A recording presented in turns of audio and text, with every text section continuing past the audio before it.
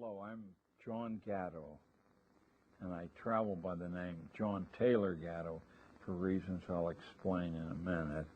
I was a New York City public school teacher for 30 years, and I resigned from school teaching on the op-ed page of the Wall Street Journal in 1991, and since that time I've traveled 1.5 million miles in all 50 states and 8 foreign countries, trying to arrest the career of the institution of government schooling.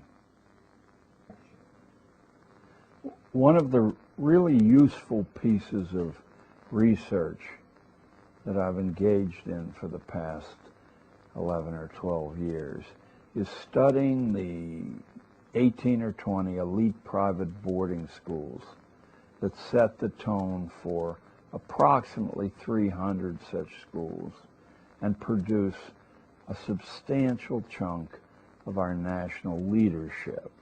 I don't think there are many people aware of the fact that in the 2000 presidential election, that 4 of the 6 finalists for the presidency went to one or another of these schools. George Bush went to Andover. John McCain went to Episcopal High. Steve Forbes went to Brooke. And Al Gore, I think Gore went to St. Andrews, but if you let me look at my note, St. Albans in Washington, D.C. These schools only graduate about 1,000 kids a year. This is a nation of 300 million, and yet 4 of the 6 finalists for the presidency attended schools that only graduate 1,000 a year. So I thought there might be some real utility in finding out what these schools teach as opposed to what public schools teach.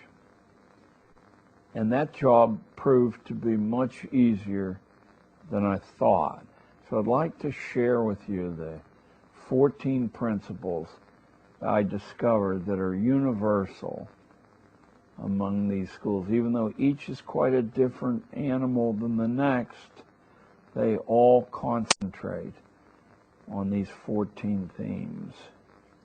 The first of these themes is that no kid should graduate without a theory of human nature. What makes people tick? What buttons do you press to get the results from your fellow man and woman that you want? And where does the fund of lore come from? Not from psychology, not even in a small way. The fund of lore about human nature comes from history, philosophy, theology, that's a curse word, isn't it, in public schooling, literature, and law. These 5 mighty agencies of human history and the human mind have a wealth of information about what human beings are like now, have been like, and probably always will be like. And every kid is expected to have a degree of expertise drawn from these sources. I guess I should say these databases. The second requirement of these schools is that every graduate have a strong experience with the active literacies. Now, we're all familiar with literacy as some exercise in reading, but the active literacies are writing and public speaking. No matter how well developed your mind becomes on strong texts, it's useless to convince anyone else of your point of view unless you can write well and you can speak well. I think we've come to this juncture in history believing that that's some God-given gift that only a few people have, I can guarantee you, as a school teacher for 30 years, that both of those skills are extremely easy to teach. To teach public speaking, you simply have to offer regular opportunities to speak before a group of strangers. That could be a group as small as 1, 2, or 3, or it could be an auditorium full of strangers. But the fact that they're not people that you feel comfortable with, I think, is essential. To write well, it requires nothing more than that you write constantly and regularly, every day, preferably. The improvement will occur quite naturally. At that point, you might be able to profitably use some expert intervention, but in the process of reaching competency, intervention is the worst possible thing, simply the practice of doing it. So now we have a theory of human nature and skill in the active literacies. Number 3, among the curriculum themes that unite these elite private boarding schools, is insight into the major institutional forms, like our courts or our corporations or our military, including details of the ideas which drive them. I'll only give you one sample of this so that you can see how seriously government schools fall short of the mark in offering insight into these institutions. We have all heard endlessly in schools of separation of powers, that the governance of the United States is divided into at least 3 compartments, one an executive compartment, one a legislative compartment, that further divided into 2 compartments of its own, and finally a judicial department. Now, a little bit of reflection should show you what the purpose of that is. Not that we all live in harmony and agree in times of trouble with what to say and do, but exactly the opposite of that. That the only possible way to arrive at an approximation of truth is through argument. The more skillful the argument on all sides, the better for the ultimate resultant of truth. So that people who appear before you in the media and say, in this time of trouble, dissent is not wanted, are truly un-American, because this country was the world's first laboratory of dissent on the part of everybody. That's really what the American dream is largely composed of, the ability to speak your mind in a public forum. So that kind of understanding, which is kept under close wraps in public schooling, is examined minutely in these elite private boarding schools. There are many, many other working engines of our institutions that we're not allowed to understand. I might contradict myself and give you one more. The military, which is quite an expensive institution to maintain, even in times of peace, is always constituted at the fraction of 1 to 1.5% of the entire adult male population. Never heard that before? That was a rule or a principle worked out in Prussian Germany several hundred years ago. Now, your homework is to find out why that fraction, but I'll give you a clue. The prison population of the United States is very close to the military population in the United States, and that fraction, too, was worked out in Prussian Germany about 200 years ago.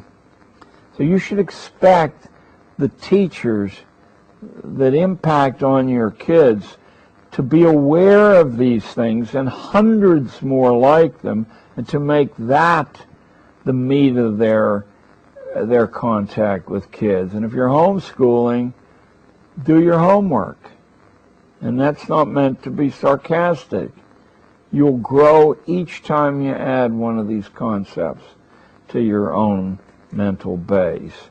The fourth thing that private schools do, or elite private boarding schools do, that public schools hardly touch, are the repeated exercises in the forms of good manners and politeness, based on the utter truth that politeness and civility is the foundation of all future relationships, all future alliances, access to places that you might want to go there.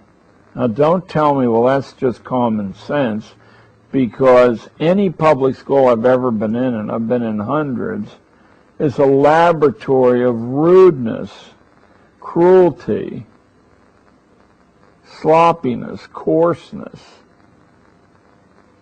The fifth thing that private boarding schools emphasize is independent work.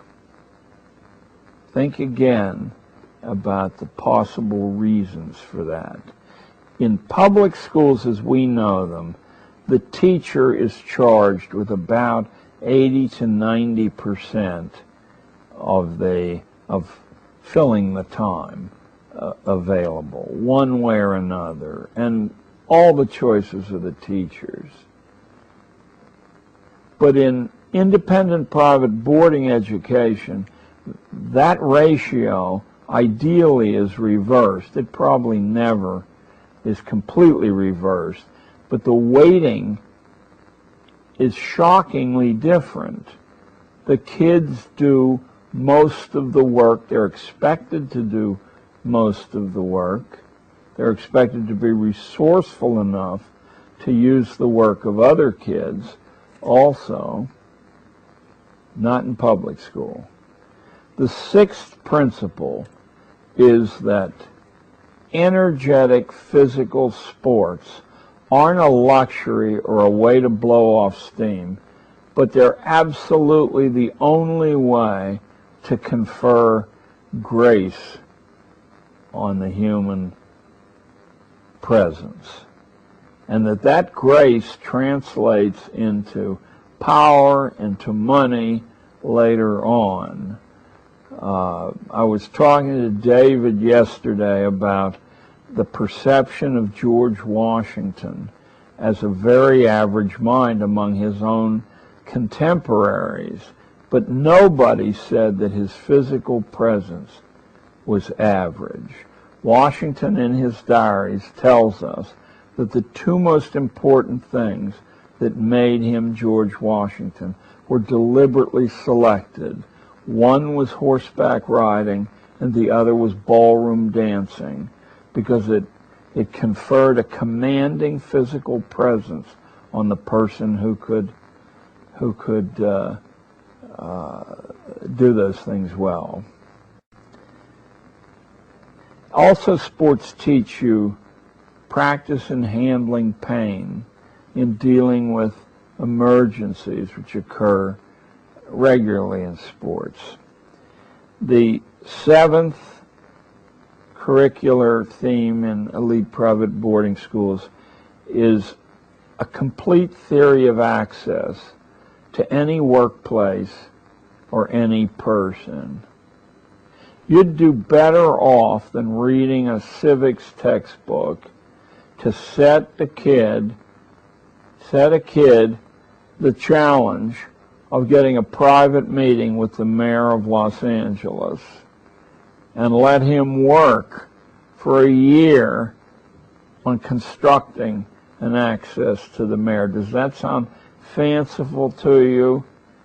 My kids from a very ordinary New York public school got access not only to New York City's mayor, but to New York State's governor and CEOs beyond count. You can do that too. Teach your kid how to access places and people that he or she wants or needs. Number 8 is responsibility as an utterly essential part of the curriculum. Now, yes, that includes things like washing dishes, but in elite private boarding schools, you ask a kid to care for a horse, to take some important community service, to go for leadership in clubs, much easier to get than you think, because if the club is actually doing anything, it's a lot of hard work to be the leader, and very few people want that. Always to grab for responsibility when it's offered, and always to deliver more than is asked for. Number 9, and this is a long-range, comprehensive thing that needs to be checked regularly, but you don't ever quite get there. It's arrival at a personal code of standards. Those are standards in production, standards in behavior, and standards in morality. Number 10 is a familiarity with the master creations in music, in painting, in dance, in sculpture, in design, in architecture, in literature, in drama. To be at ease with the arts, because apart from religion, the arts are the only way to transcend the animal materiality of our lives, to get in touch with a bigger you. Number 11 is the power of accurate observation and recording. I'll only give you one example of how you think this way, and if you push yourself, you will be able to supply many more. Power of accurate observation and recording. It used to be an axiom among the British upper classes that if you could not draw what you saw with your eye, then you in fact were not seeing what was there. So drawing wasn't a way to kill time, but a way to sharpen the perception. Charles Darwin, not my favorite human being, but nevertheless a major name in intellectual history over the past 150 years. If Charles Darwin had not been able to skillfully draw, then no one would have attended to his well-articulated theory of the evolution of the favored races. Look at the title of the book. It's usually left out, that part. But don't let me editorialize here. Modern science, in some very great regard, is only been possible through graphic representations, drawing and photography. Number 12 is the ability to deal with challenges of all sorts. Now this one's my favorite because one person's challenge is another person's ho-hum. To know what will challenge your son or your daughter, you have to know your son or daughter very, very well.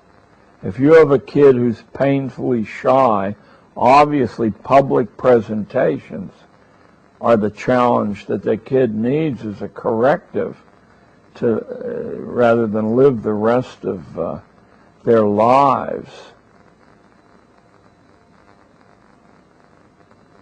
If your child is a coward, that's a harsh word, but many people are natural cards. Maybe all of us are natural cards until we come to see that physical challenges really aren't so bad.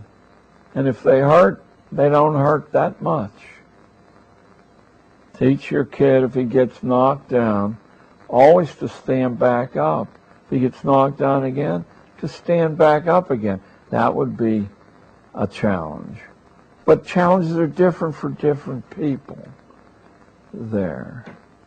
If you're used to eating garbage food at the fast food outlets, I guess it will be a challenge to train your palate to discriminate fresh food and excellence in preparation from a Big Mac. I guess I only picked that one because my wife is a superb cook, and she graduated from the Culinary Institute in Hyde Park. See, Janet, I told you I wouldn't forget you. Number 13, we're coming to the end of this curricular list, is a habit of caution in reasoning to conclusions. Should Iraq be invaded by the most technologically sophisticated military in the history of the planet, and should hundreds of billions of dollars be allotted to that purpose? Well, maybe it should and maybe it shouldn't. But listening to a few government propaganda hours about the similarities between the leader of Iraq and Adolf Hitler is not the way to come to the conclusion, even though it's the way that 80 or 90% of us do. And finally is the constant development and testing of judgment. You make judgments, you discriminate value, and then you follow up. You keep an eye on your predictions to see how far skewed from what actually occurs or how consistent with what transpires things are. Now, this might not be the totality of a great curriculum, but let me tell you from where I sit there, this is well worth considering long and hard as a diet for your own school practice. One of the great anomalies of the teaching business is the disconnect in awareness, or the awareness disconnect between academic endeavor and the world of work, the job market. It's sort of implied that if you acquire a good academic record, that the world will take care of you later on, which I think is a very questionable assertion. Nevertheless, even if it were not a questionable assertion, I think you'll find what I'm going to say next interesting. I wrote to the U.S. Bureau of Labor Statistics, and I had read that they do projections about what jobs will be commonest in the economy of a decade ahead. And I asked for the latest one of those. I said, well, what will be the most abundant jobs in the United States? And the list I got back will surprise you quite as much as it surprised me. The single commonest occupation in the United States will be retail salesperson, a clerk in a store. Now, quick, go over the 12 years of schooling that you probably had. Maybe add to it the 4 or 6 years of college you tacked on top of that, and tell me exactly what part of that experience is relevant to being a retail salesperson? Was your trigonometry or geometry or calculus, is that relevant? How about your memorizing the periodic table of elements? Is that Mendeleev, David?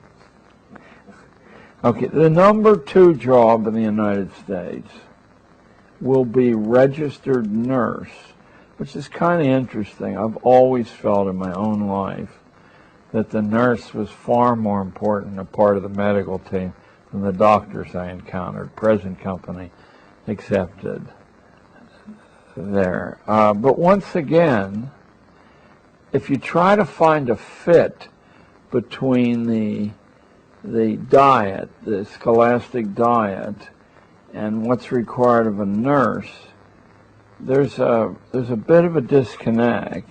The third most important job in the United States will be cashier. I don't need to comment on that. Number 4 is general office clerk, which speaks for itself. Number 5 is a job that's always intrigued me. I wish I had gone for it. It's truck driver. But once again, it's hard for me to see what the 12 years invested and the enormous amount of money represented by that 12 years. In New York State, it's about $11,000 a kid. I believe it's higher than that in California, but it's certainly the equivalent, times 12. If we took that sum and invested it in kindergarten in the kid's name and some canny investments, maybe real estate, which has been a great investment, I think maybe when after 12 years that could be spent fishing or panning for gold, we could hand the kid $1 million or so and say, now go get yourself an education somewhere. There's a gigantic part of the gross national product invested in this form of training. There has to be some reasonable theory of applicability to the functions that the national economy requires. The 6th most common job in the United States will be managers. The 7th, janitors, cleaners, and domestic servants. The 8th, nurses' aides, orderlies, and general attendants, ward attendants. The 9th, food counter and related workers. Notice we're not talking about chefs. We're talking about food counter workers. And 10th is the honorable profession that acting could not survive without, wait persons. I would prefer to say waiters and waitresses. Now, when you look at that as the projected economy, is it any wonder that schools don't bother to teach writing or public speaking or higher order abstraction or any of a range of what would seem to be wonderfully useful things to learn or interesting things to learn? Because we don't want to upset the apple cart with our waiters and food counter workers or our truck drivers and cashiers. This is the reality of the economy we have. It's true that if you live in some protected enclaves in the United States, it doesn't seem to be the reality. It's a struggle between deciding to be an engineer or an agency head or a doctor or a lawyer. But that isn't the reality for 95% of the country.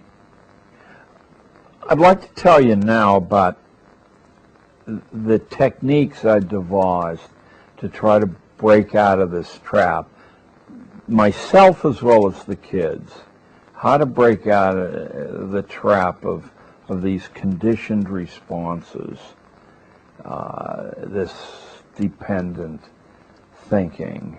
And I had to work out, just for a moment, bear with me and think about my problem. I had 30 kids coming to me 5 times a day, but not the same 30 kids. So now there are 150 lives I impinge on for about 45 minutes a day. And then these kids, for no rational reason other than that the scheduler would go mad, go from science to gym, or from studying history to studying poetry. And if you took the thread of these sequences and just set them down and tried to justify them on any other basis than administrative convenience, it would be impossible to do. The law says they have to be there 6 hours. You can kill 45 minutes of that time with lunch. You can kill another 20 minutes of that time changing classes. Now you've still got about 5 hours. And what are you going to do with it? The way we judge each other in the school business is whether it looks like we're doing something worthwhile with it. That means that the kids are in their seat, or wiggling their hands in the air, or copying notes off a board. Absolutely no one anywhere has any idea whether the quality is transpiring in that time. If you wear a 3-piece blue pinstripe suit and a nice chalet tie, you just automatically assume to be in league with the professoriate or something. Anyway, I had to figure out ways. First, I had to figure out what exact forces, or pretty exact forces, were causing these reams of pathological behavior I was seeing. And that doesn't always mean swinging from the chandelier. It could mean falling asleep, which probably is a sane thing to do. But not falling asleep in such a way that the leader of the class sees you, because that's such a gruesome insult that usually vengeance is called for there.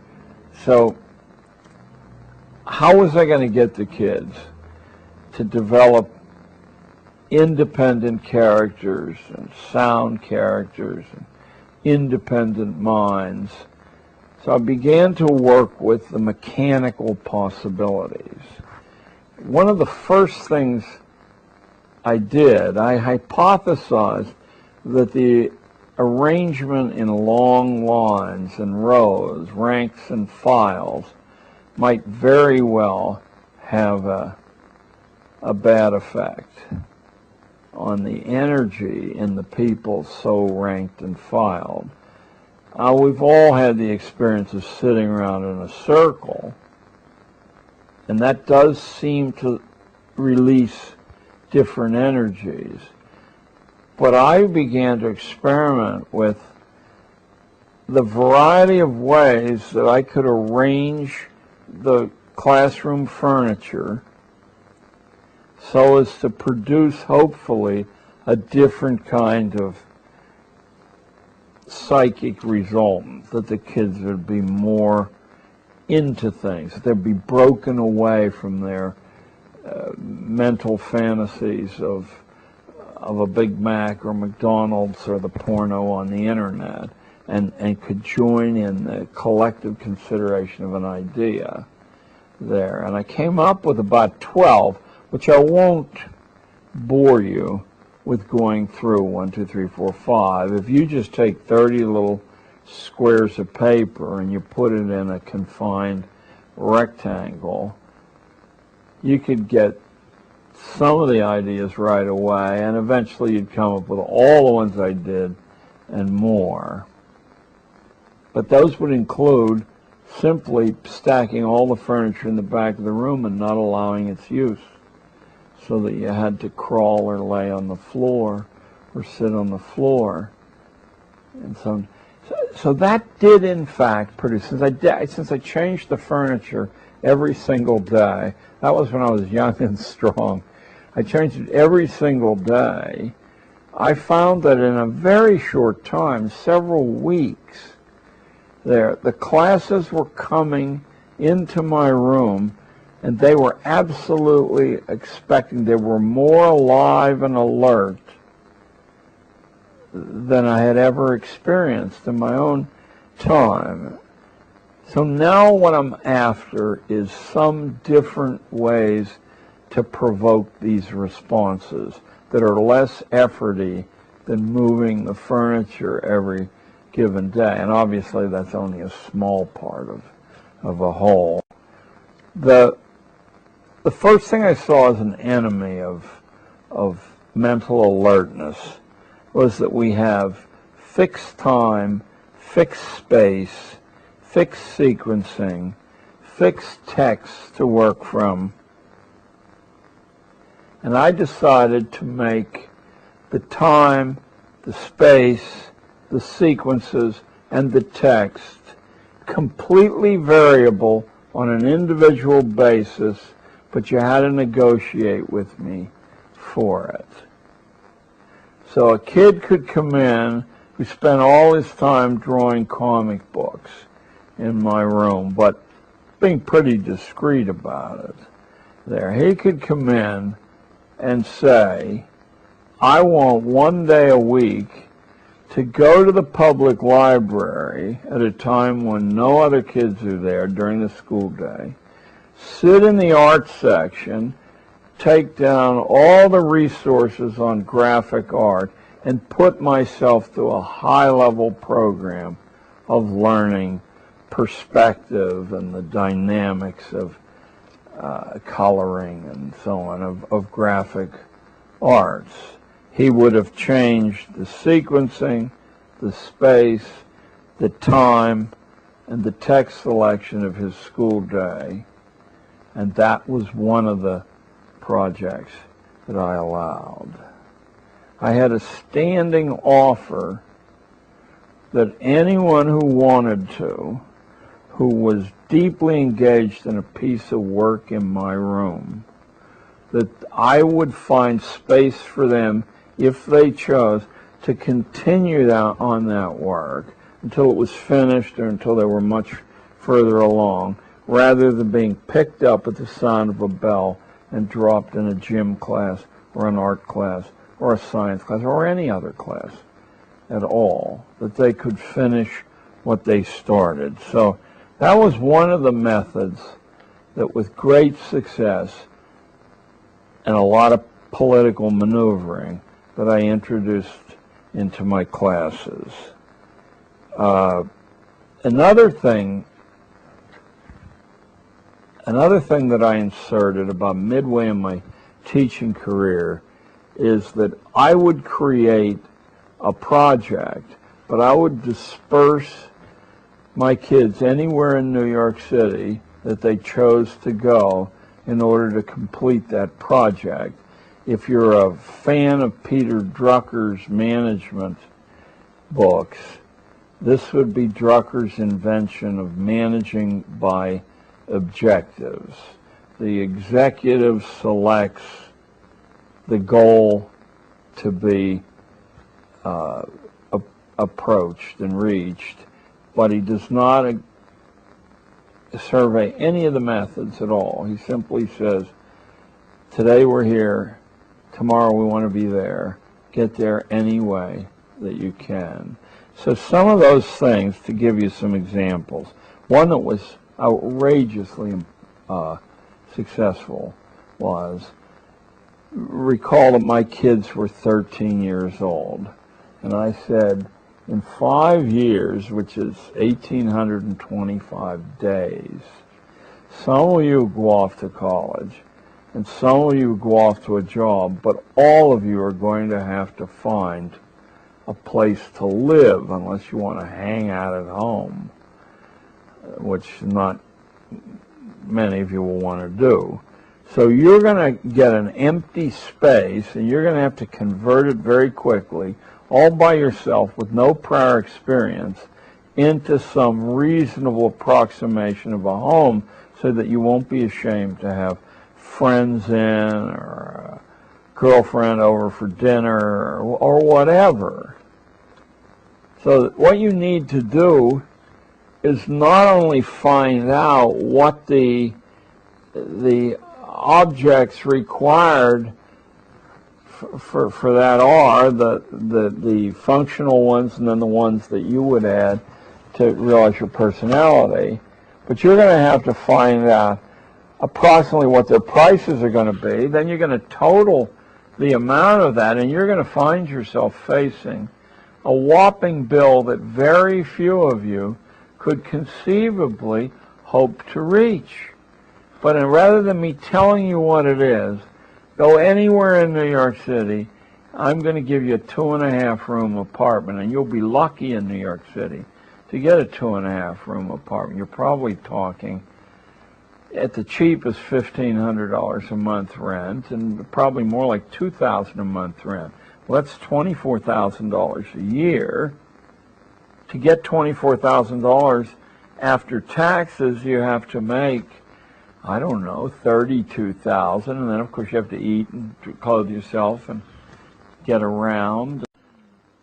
So these project-based assignments led to very complex personal decisions, and they also led to a very commonsensical, useful project.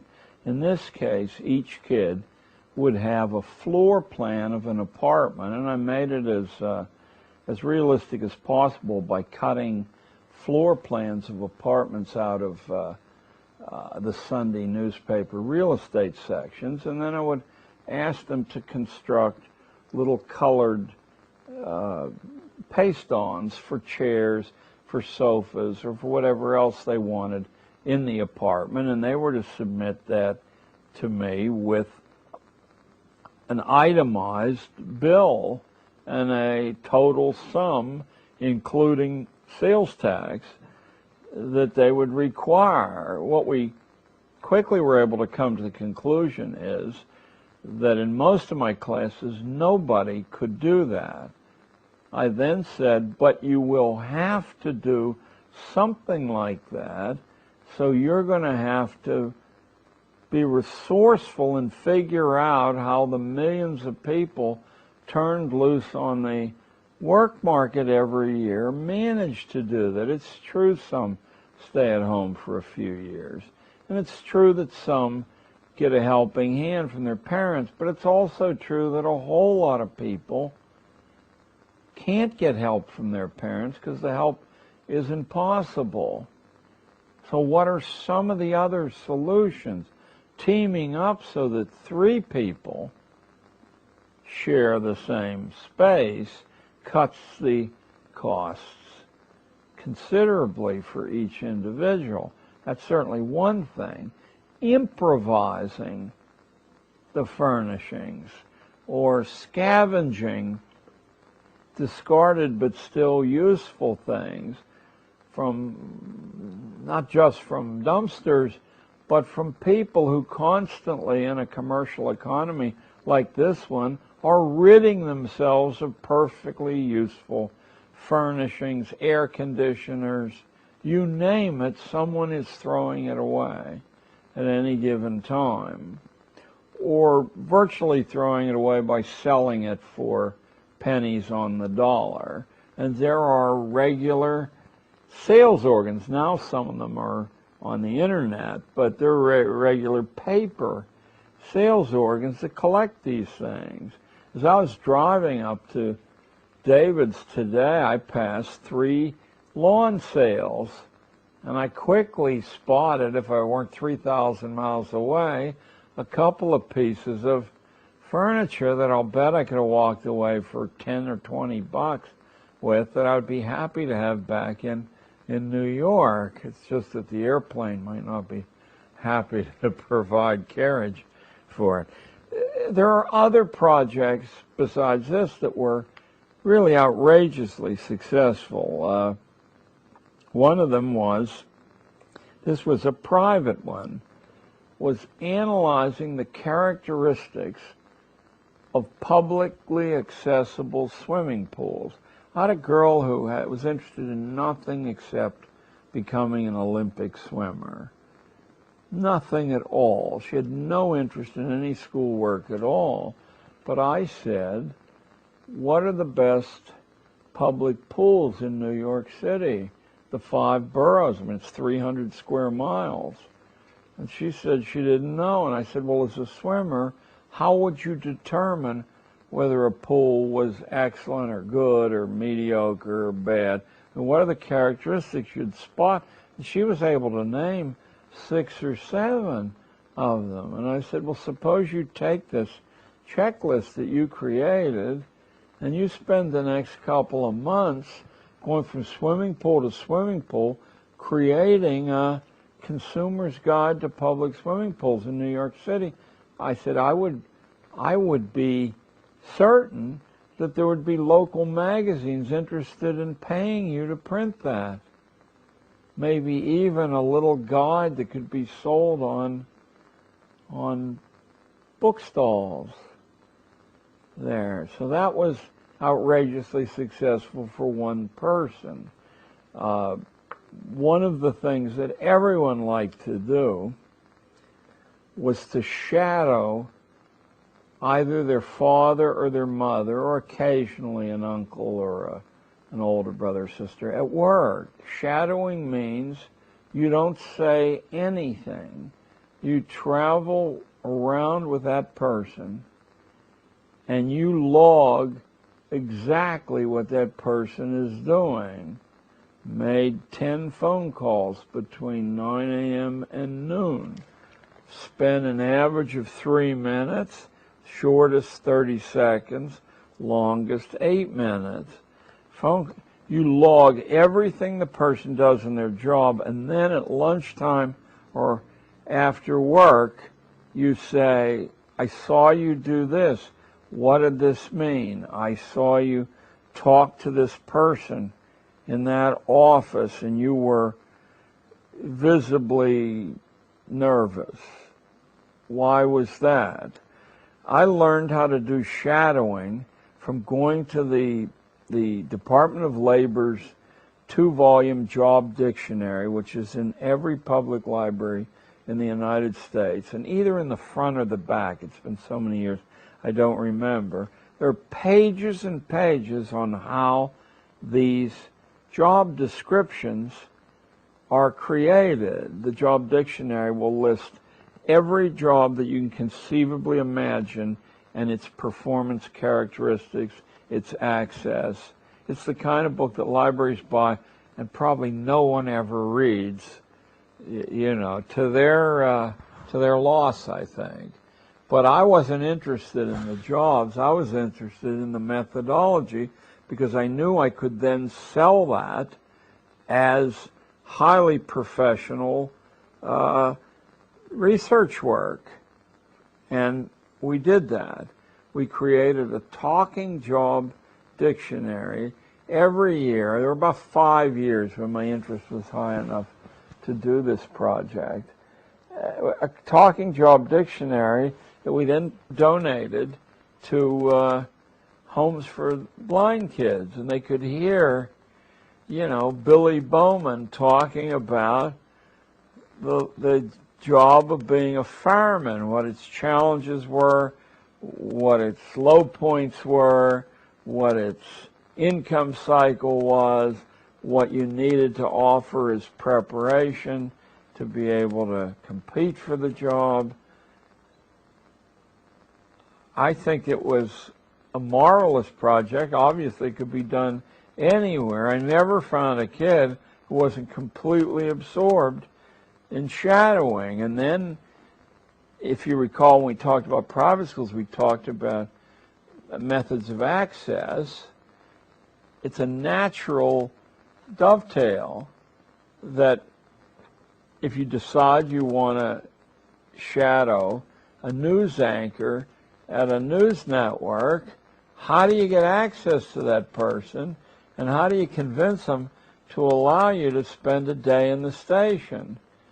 If you decide you want to shadow a news anchor at a news network, how do you get access to that person, and how do you convince them to allow you to spend a day in the station there? I'm thinking of one of our most famous shadowing episodes. A woman named Sue Simmons, I'm going back about 15 years now, maybe 17 or 18, was the hottest news anchor in New York City. She'd come from Atlanta, I believe, and she started out at $5 or $6 million a year, and everybody was dazzled by Sue Simmons there. And one girl came to me and said she wanted to shadow Sue Simmons. I said, boy, there's a tough one, because if you write the network, Sue Simmons will never see the letter. You get a form letter back saying, we'd love to help you, but it's impossible given the blah, blah, blah. On the other hand, I said, if you can penetrate her personal security, if you can find out where she lives and make a personal appeal and offer her a quid pro quo, something for something, I said, you have a chance that she just might do this for you. Now, you can tell, I think, from my manner that, in fact, she succeeded, but not the intermediary steps, which took 3 months of hounding that poor woman and baking brownies for her and leaving notes at her building every other day, until finally Sue must have thought the easiest way to defend myself against this girl is simply to do it. And when it happened, I said to the girl, now you've got to make good on the quid pro quo. I told the girl if she took a still camera and she took slides of the newsroom and a day with Sue Simmons in the newsroom, and then she made a tape recording text that would coordinate with the slides. The duplicating slides is very cheap. In those days, it was, I think, a dime a slide. So if it took a 36 image roll of 35 millimeter film for $3.50, we could get a dupe set of the slides, and then a cassette tape was $1, and you could donate a day with Sue Simmons to every school in the school district. There were 20 of them, so your total expenditure on that thing is about $100. And what you've done is give each of the schools in the district the chance to have a day with Sue Simmons to see the inside workings of the NBC newsroom. And you could also write a couple of pages on how you got access to this opportunity. Sue Simmons' name would be bandied about the Upper West Side of Manhattan, which is the media bedroom for the television industry. She could only come out of it smelling like roses if she had helped a 13-year-old public school kid. I have no doubt that some newspaper or other would have done a little feature article on it. So there'd have been a real quid pro quo here.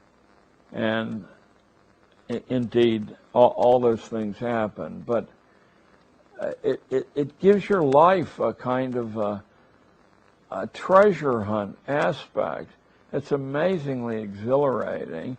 You're constantly looking at the world you live in and saying, how could I create a way for a kid to penetrate that reality and produce a worthwhile project that would have interest beyond his or her own life and might really resonate down the years?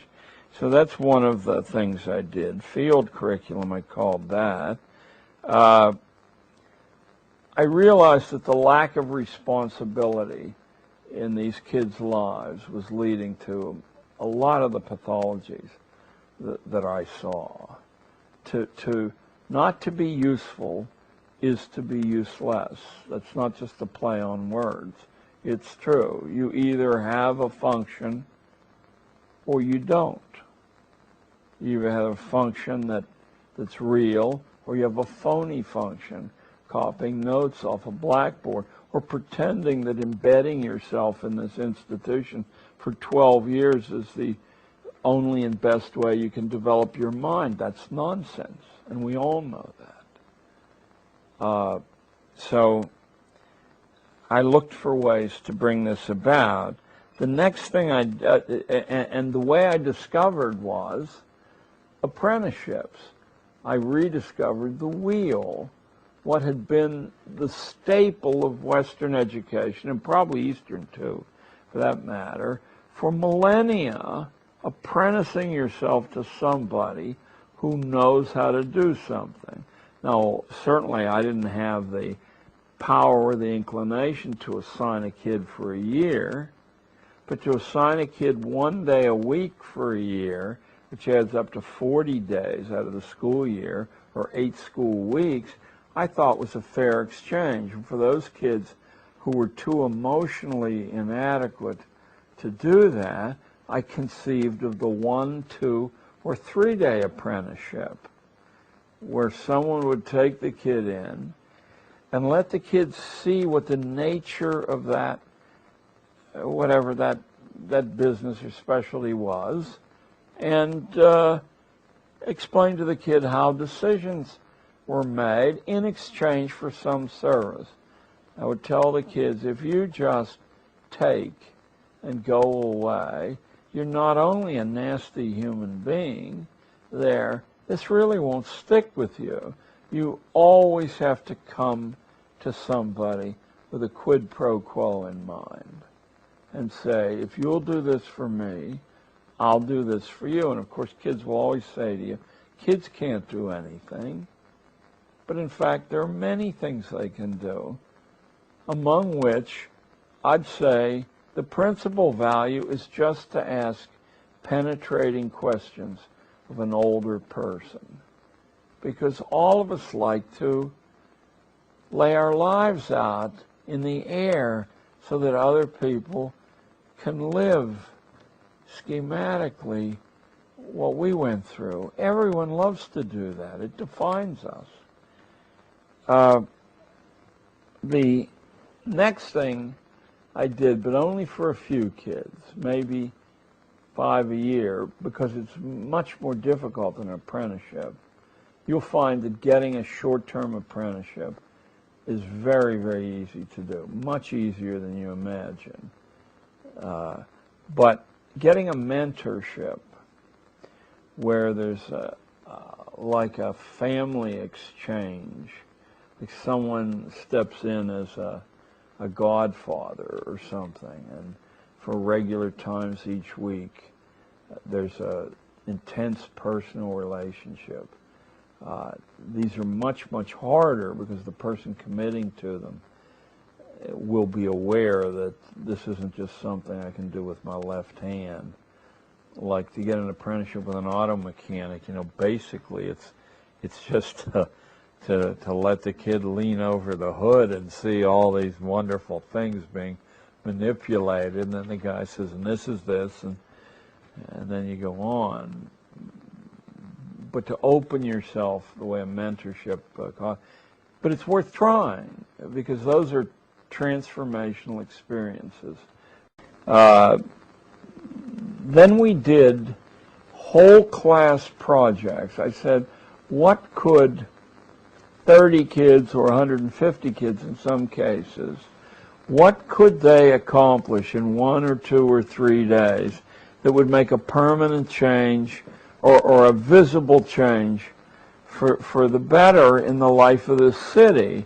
Notice here what we're really talking about is a sine qua non of citizenship. You have to take an active role in the community. That's what defines a citizen. So some of those were turning vacant lots into gardens. That's an old classic and it never wears out. Putting on shows or plays or variety shows for old age homes and for children's wards in hospitals and for veterans wards at veterans hospitals. The real trick is finding an audience. Kids are natural performers. They're natural hams. They love to do it, and they learn a great deal about ensemble work, about how to make your part integrate with everyone else's part, including the lighting person and the costume person, the direction. Those are wonderful things to do. I would at any given time have 2 variety show teams traveling through New York City, and anything, banks, other schools, old age homes, were grist for our mill, because any audience works for a set of performers who need to be immune to the audience, don't they? I mean, they can't say, oh, I don't want to play before those people. Whoever buys a ticket is the audience. Can't predict that. But you do need an audience, or you can't really grow beyond a preliminary point in learning this wonderful magical skill of becoming somebody else. There. So we started a food co-op every year. We found out where the wholesale market was. There will be one in, wait a minute, I'm in Pasadena. There's a wholesale market around here somewhere where all the restaurants and food markets go early in the morning, like 3 a.m. or 4 a.m. or 2 a.m., and they buy whatever they're going to use in their work wholesale, and they bring it back. The people selling that stuff don't care who they sell it to, and with a few exceptions, they don't have one price for Team A and one price for Team B. These trucks come in and out of the city all night long, and somewhere around here is the wholesale market. Find out where it is, take your kid there, buy a quantity that'll set up a little stand. And the way we did it was we took orders through all the classes in the school ahead of time, and then what was left over we set out on the main desk in the front office at 3 o'clock. Let me tell you, there was never anything left, ever, not one piece left.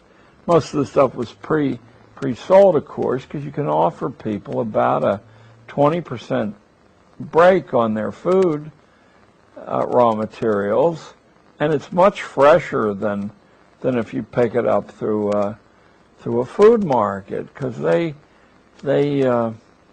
cold storage a lot of the food. The bigger ones will cold storage it for 9 weeks before they sell it to you as fresh.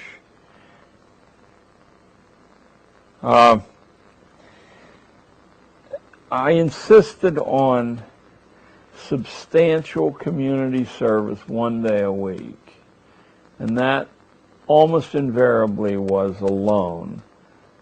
In some of these applications, you do not want a culture of children traveling together, because then the experience is muted severely by the protective insulation that running around with a group of friends do. So I did the bookings at first, but I said you can always book yourself and replace the placement that I got for you. So my kids 1 day a week would be scattered all over the 300 square miles of New York City. And if you say, wasn't that dangerous? Couldn't hold a hair to how dangerous it was just to be in the school. And in 20 years of doing this, we didn't have a single incident, even though many of the placements and distances my kids traveled, I think you might think were reckless. I always cleared these things with the mothers ahead of time, but I didn't bother even to inform the school administration.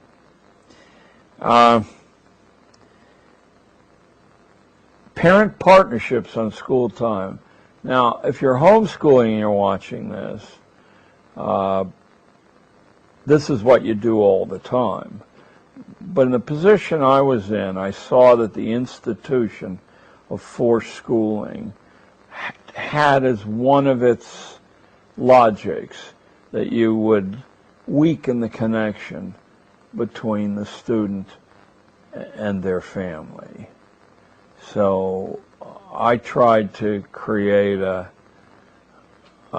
remedy for that. I said you can always book yourself out of all your school classes for a day or two by drawing up a partnership with your mother or your father or your grandfather and setting out to explore some part of the city and to produce some understanding or some service or whatever.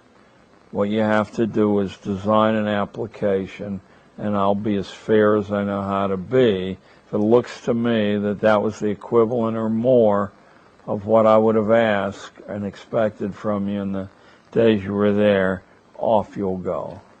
And I said, as a byproduct, you'll get to actually know your mother as a human being rather than as someone who makes breakfast in the morning you don't see again until evening.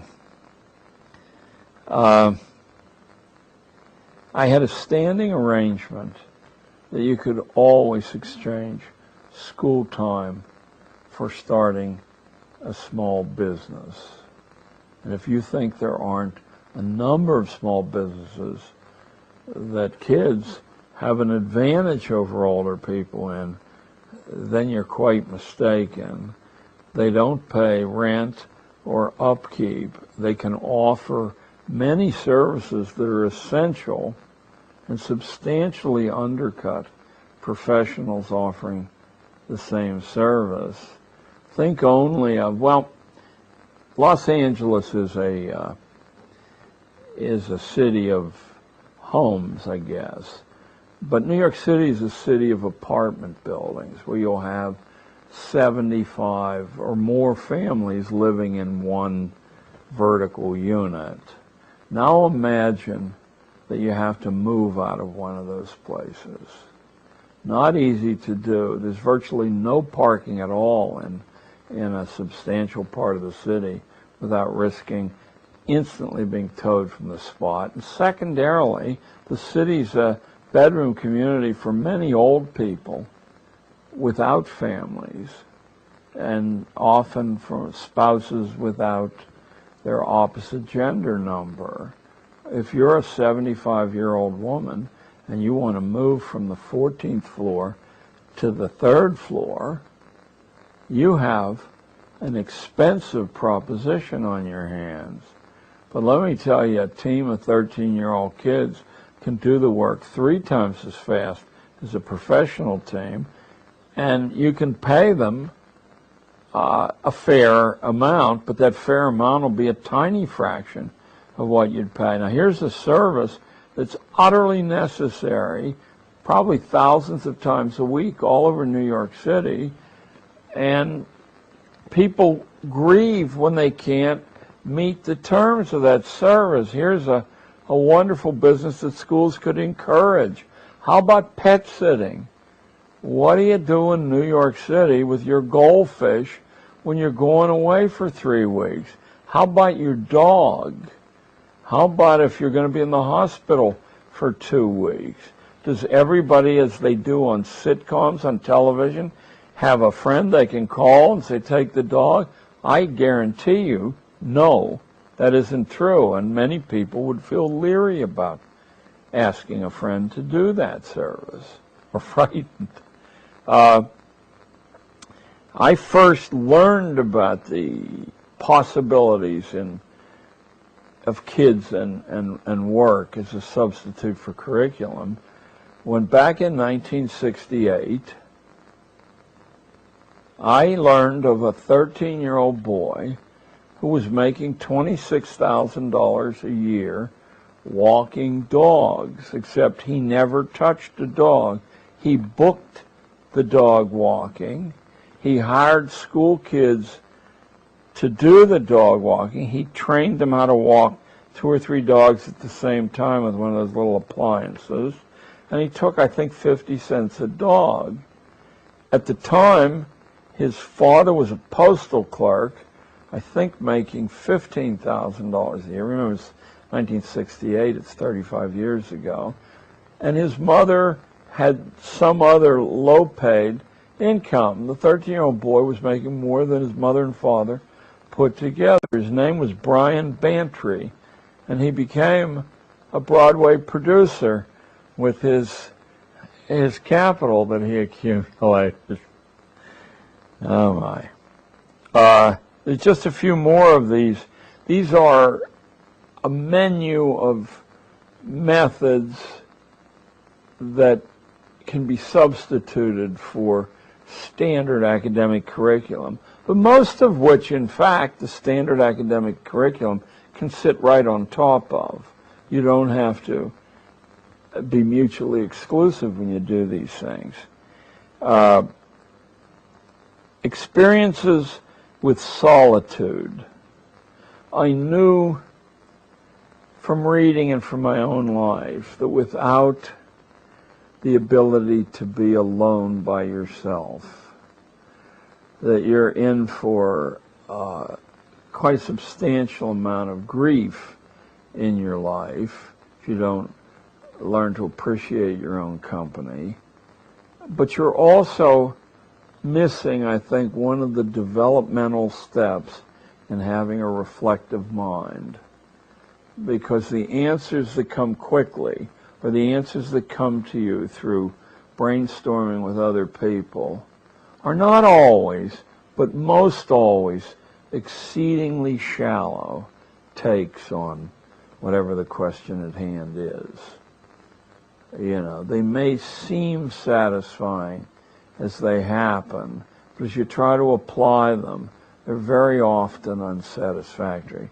So you have to put yourself through, I don't think I'm telling most of you something you don't already know, you have to put yourself through a kind of an apprenticeship of solitude to break out of the box, to break out of ordinary thinking, even if it's high-level ordinary thinking. It's a trap. But how to trick children, and that I have to admit, how to trick children into doing something that I knew they needed to have practice with. Well, here are some of the ways. There's a reservoir system around New York City that goes from, 10 or 15 miles away from the city to really 150 miles from the city that supplies the water through an elaborate system of aqueducts and tunnels. And all of those reservoirs are wonderful places to fish because no one fishes there. You get a permit from the city of New York. I don't think it costs anything. And you can fish in any of these reservoirs. I had a standing offer that anybody could take the day off and go fishing if they went alone, and that I had maps on the walls of where to go, and another day to get down to City Hall and get a permit to go fishing. When I used to do that, it was just pro forma. You know, you filled out some form and they handed you a permit to fish in the reservoirs. Huge fish because nobody fishes there. And the reservoirs around New York City are enormous. I mean, there'll be 5,000-acre lakes and impoundments that are 10, 15, 20 miles long. So they're real lakes. That's one way. Taking a hike.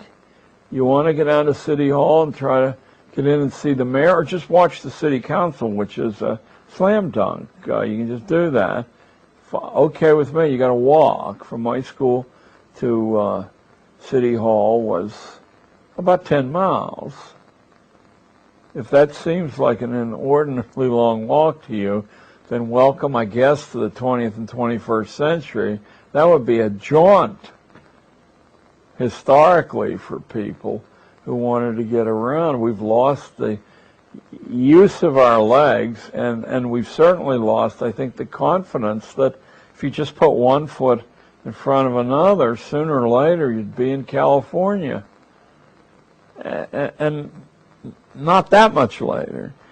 So that's another way I arrange solitude.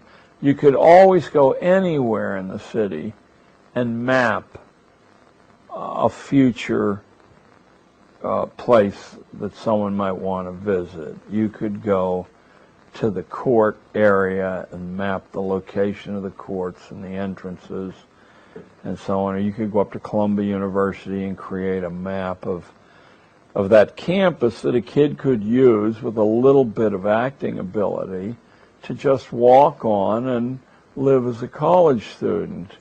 We never got picked up doing that, and there must not have been a day when some of my kids weren't sitting in on law school lectures. They're all 13. Did they have any trouble passing as 19 or 20? No. I just told them, don't ever smile.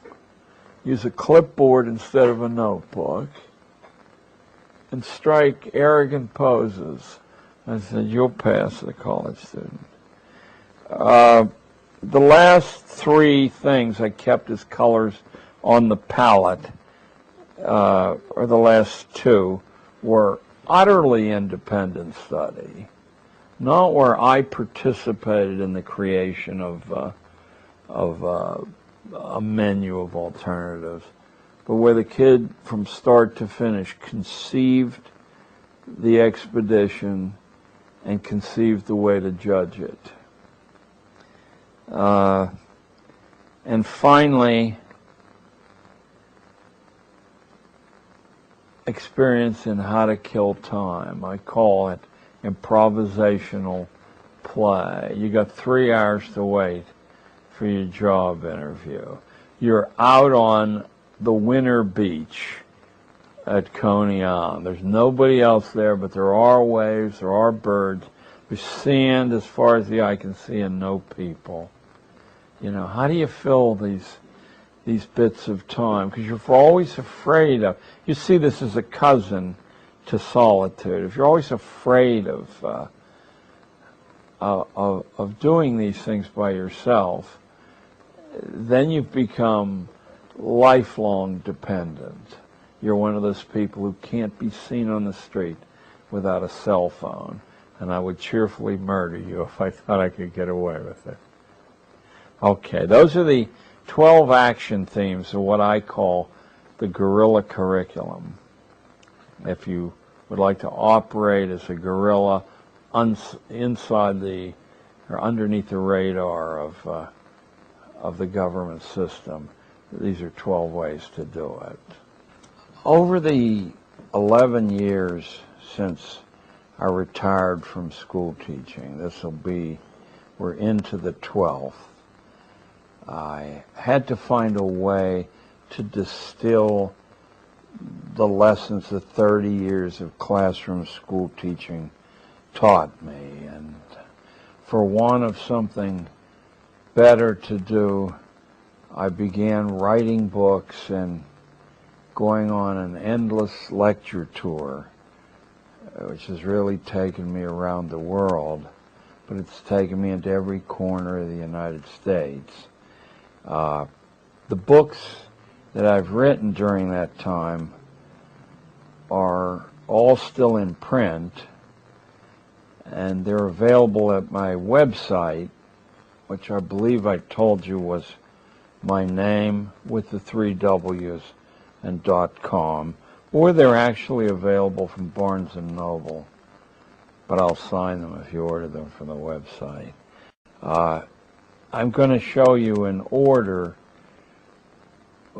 the books I wrote and why I wrote them. The first book actually wrote itself. When I finished school teaching, I was filled with fury at the 30 years of my life I had devoted to this institution.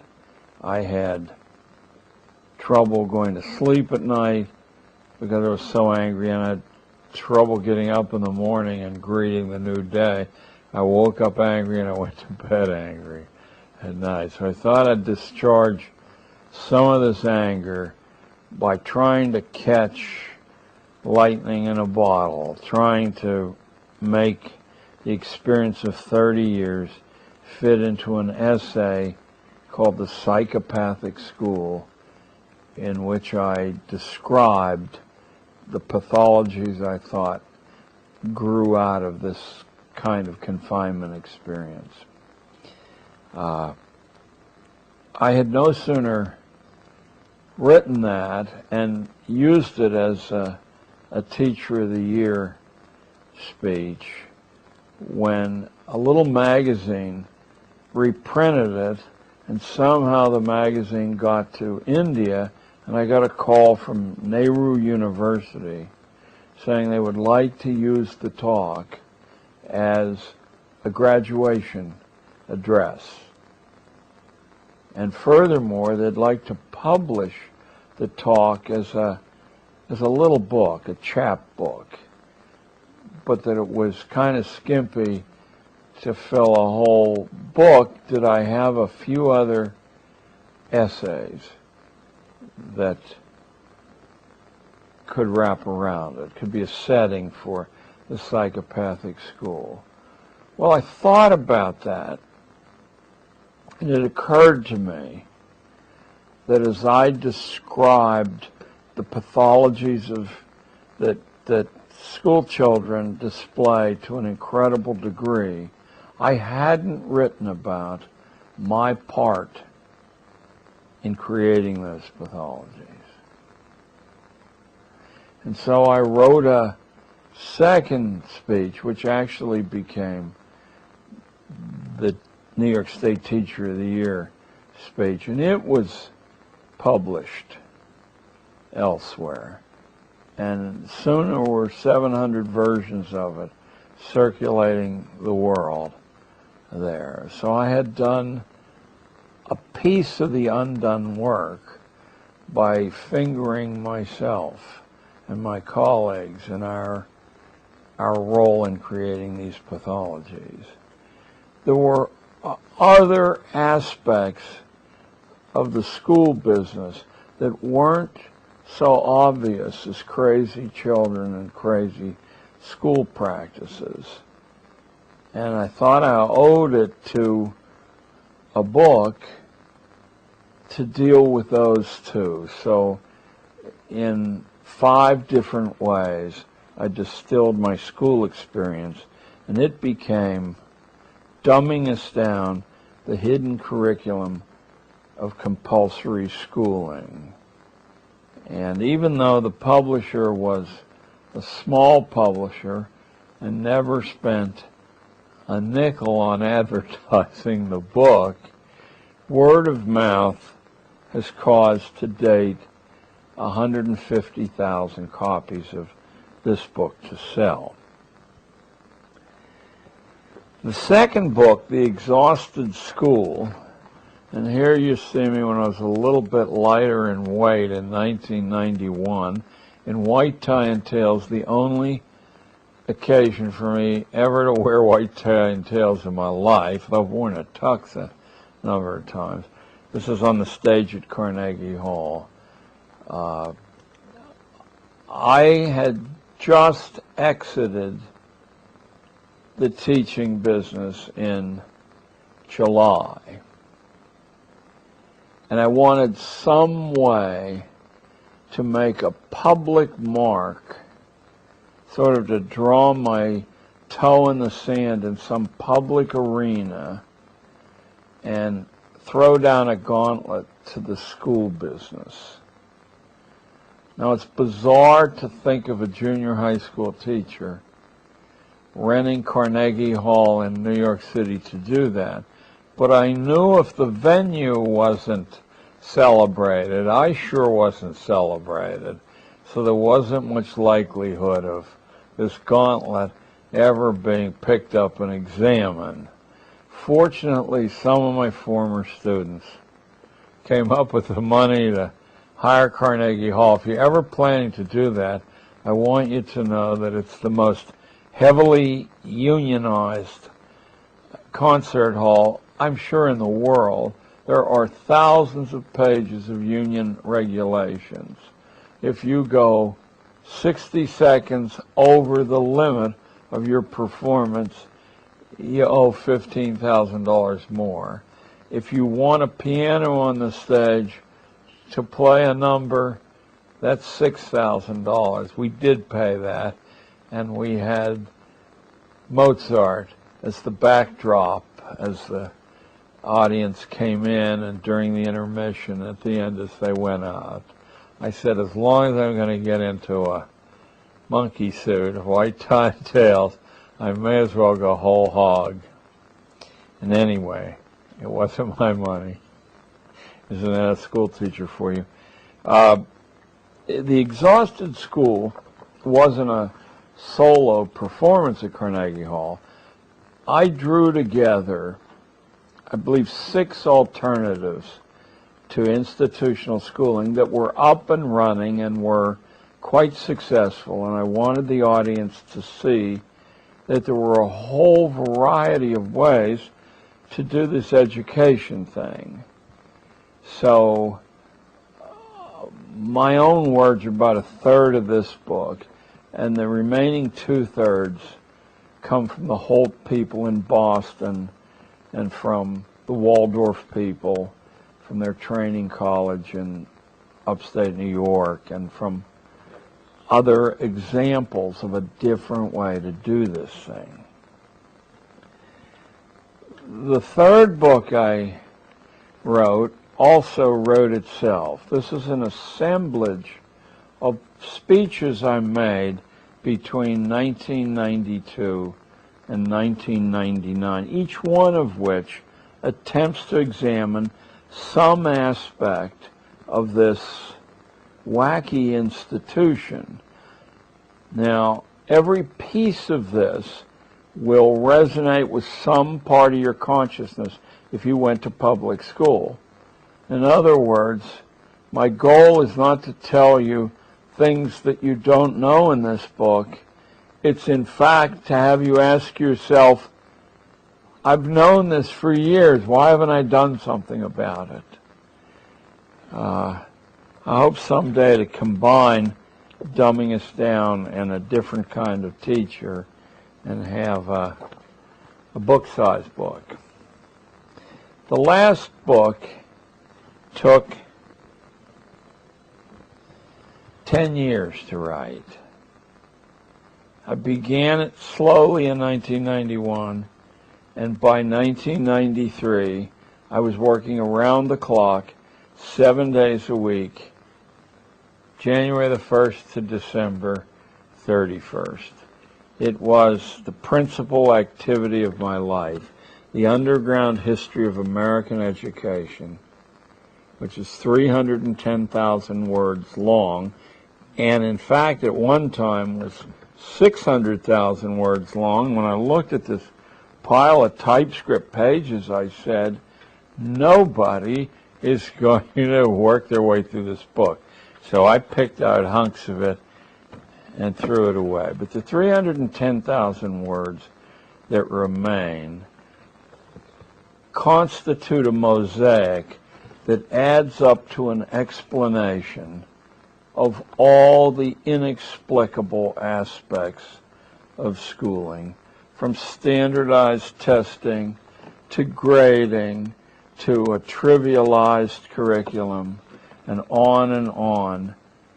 I worked 10 years of digging, at least 2,500 books, read many, many, many hundreds of interviews, lots of reflection.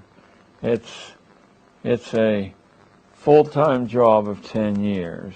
And oddly enough, I'm still working at it. The next edition should be out in 60 days. It probably will have the same cover, even though I've purchased different cover art. I don't want to delay bringing this edition out. And the next edition has substantial changes in it, even though this earlier edition and the one that preceded it capture the argument and prosecute it the same way. I've simply dug a little bit deeper.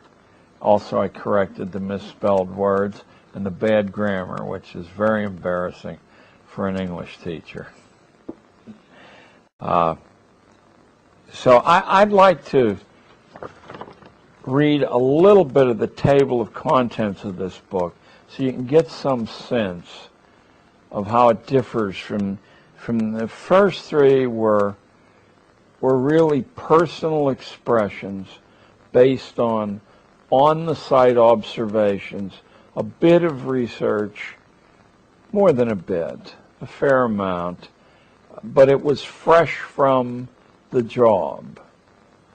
This is an old turtle's reflection on the questions these first three books raised. And what I've done in the table of contents is to basically list the main ideas that are in each chapter in an old-fashioned bookish way. That I won't bother you with. But I wrote a little epigraph before each chapter that tries to catch the kernel, the thematic kernel in that chapter. And those, I think, might whet your appetite to work your way through a 310,000-word book. The first chapter is the prologue, and the epigraph for the prologue is, "The shocking possibility that dumb people do not exist in sufficient numbers to warrant the millions of careers devoted to tending them will seem incredible to you. Yet that is the central proposition of my book, that mass dumbness, which justifies official schooling, first had to be dreamed of.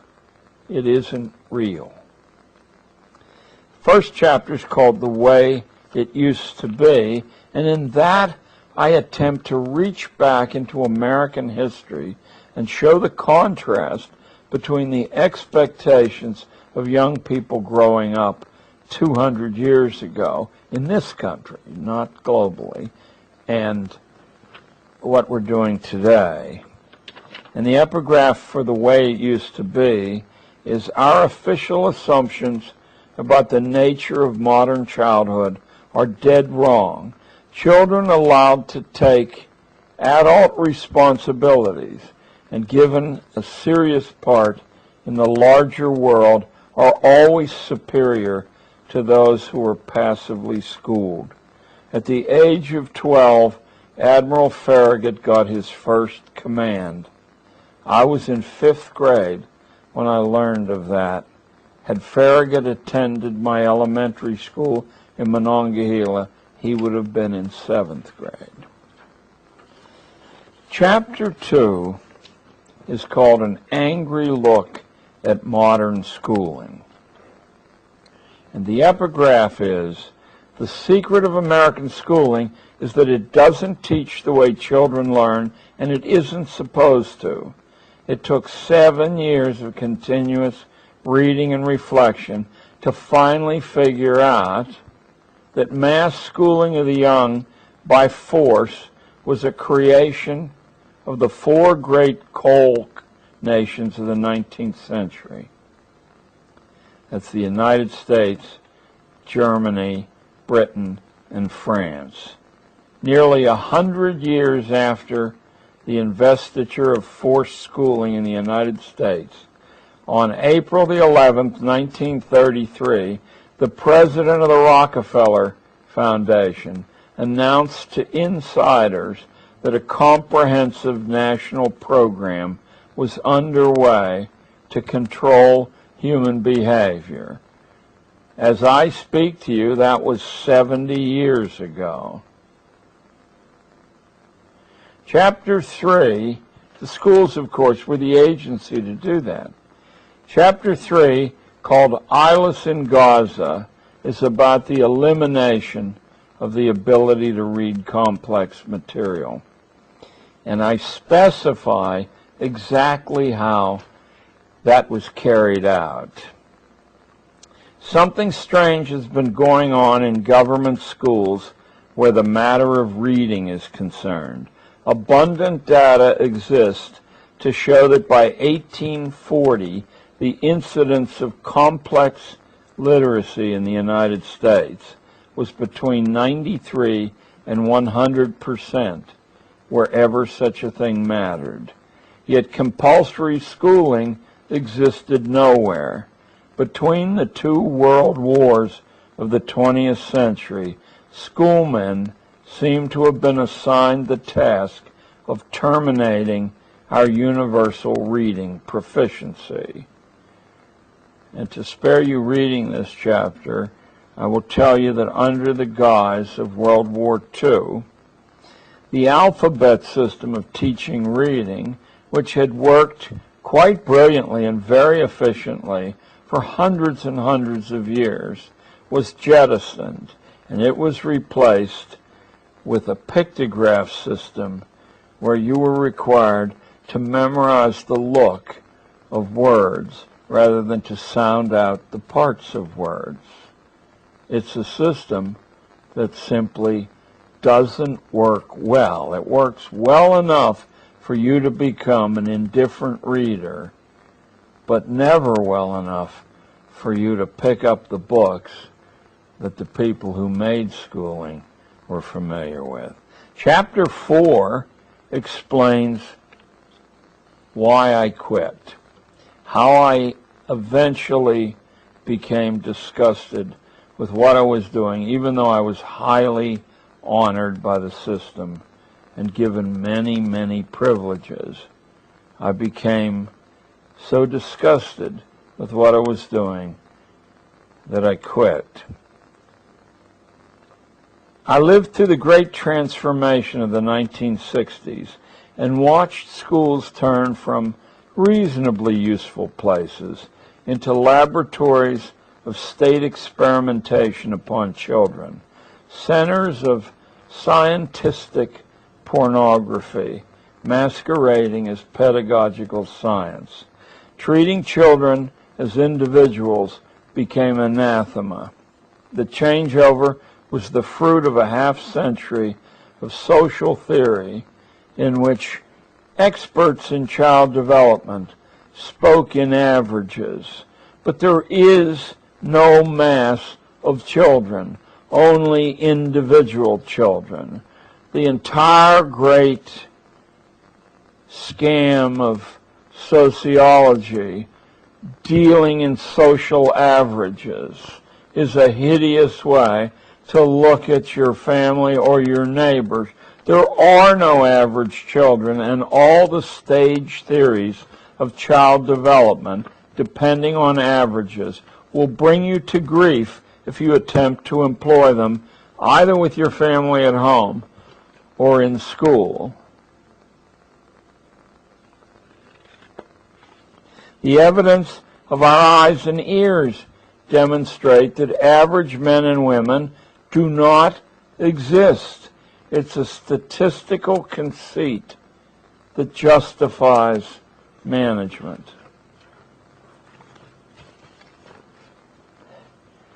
In chapter 5, which is the second part of the book, I try to discover and uncover the foundations of schooling, and also the kind of human temperament that would lead to this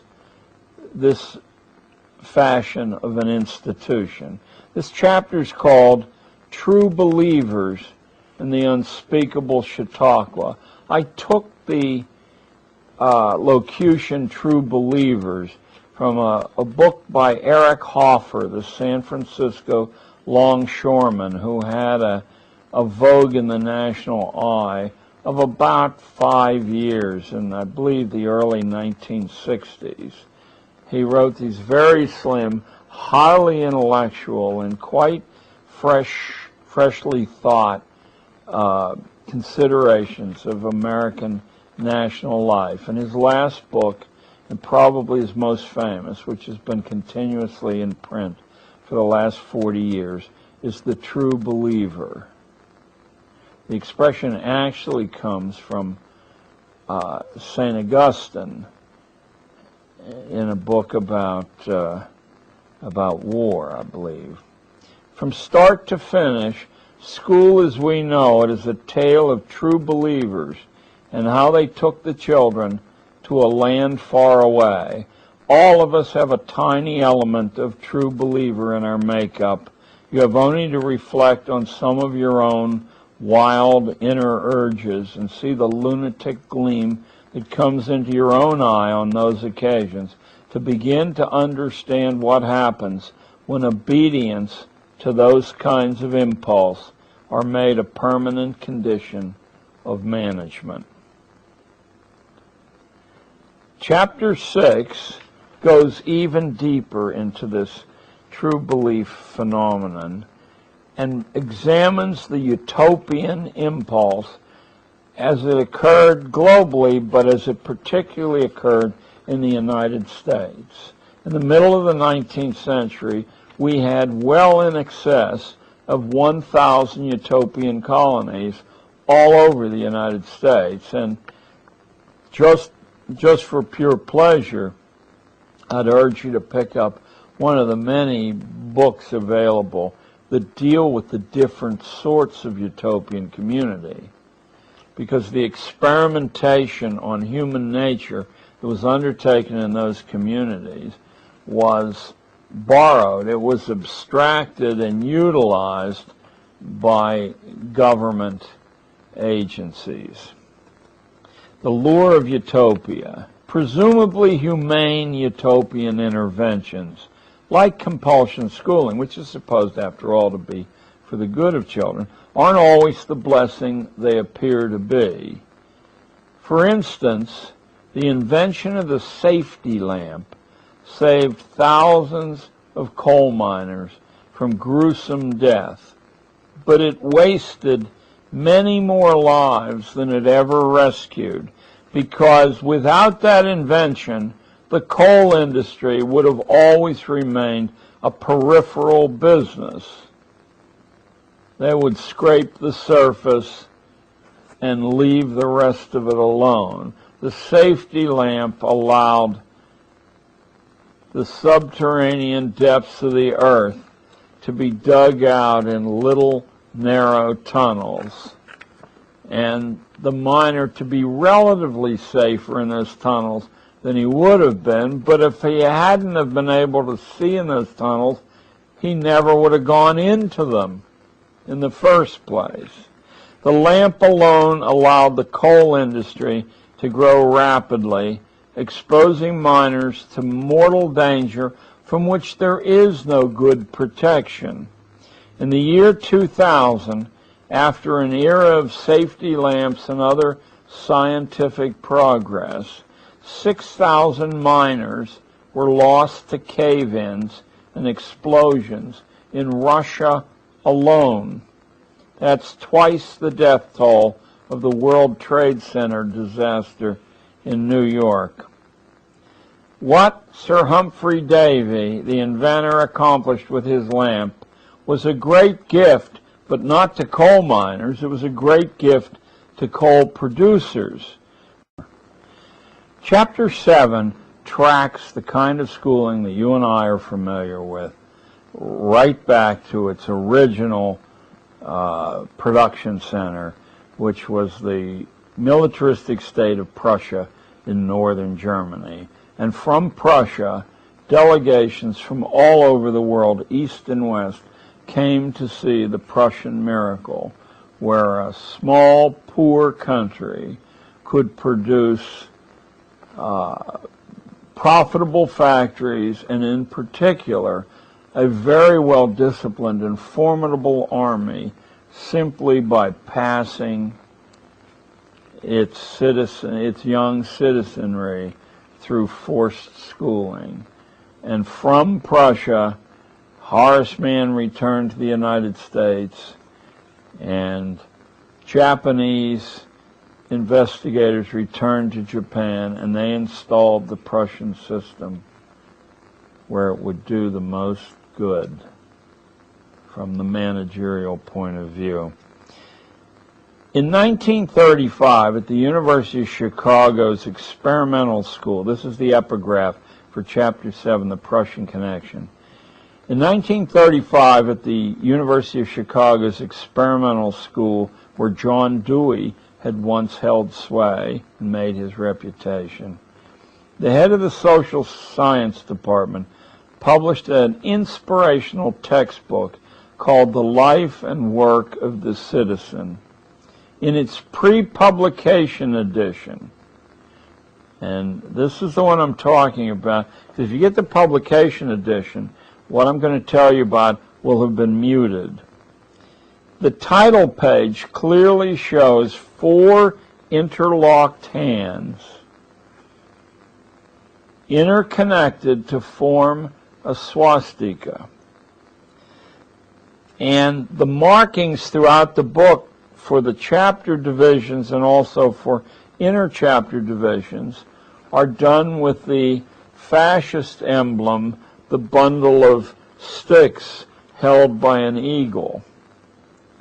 By 1935, the Prussian pattern and Prussian goals had embedded themselves so deeply into the vitals of American institutional schooling that hardly a soul noticed that the traditional purposes of this pedagogical enterprise were being abandoned. If you remember from another part in this film, the traditional purposes were to develop good people, good citizens, and to make each individual his or her personal best.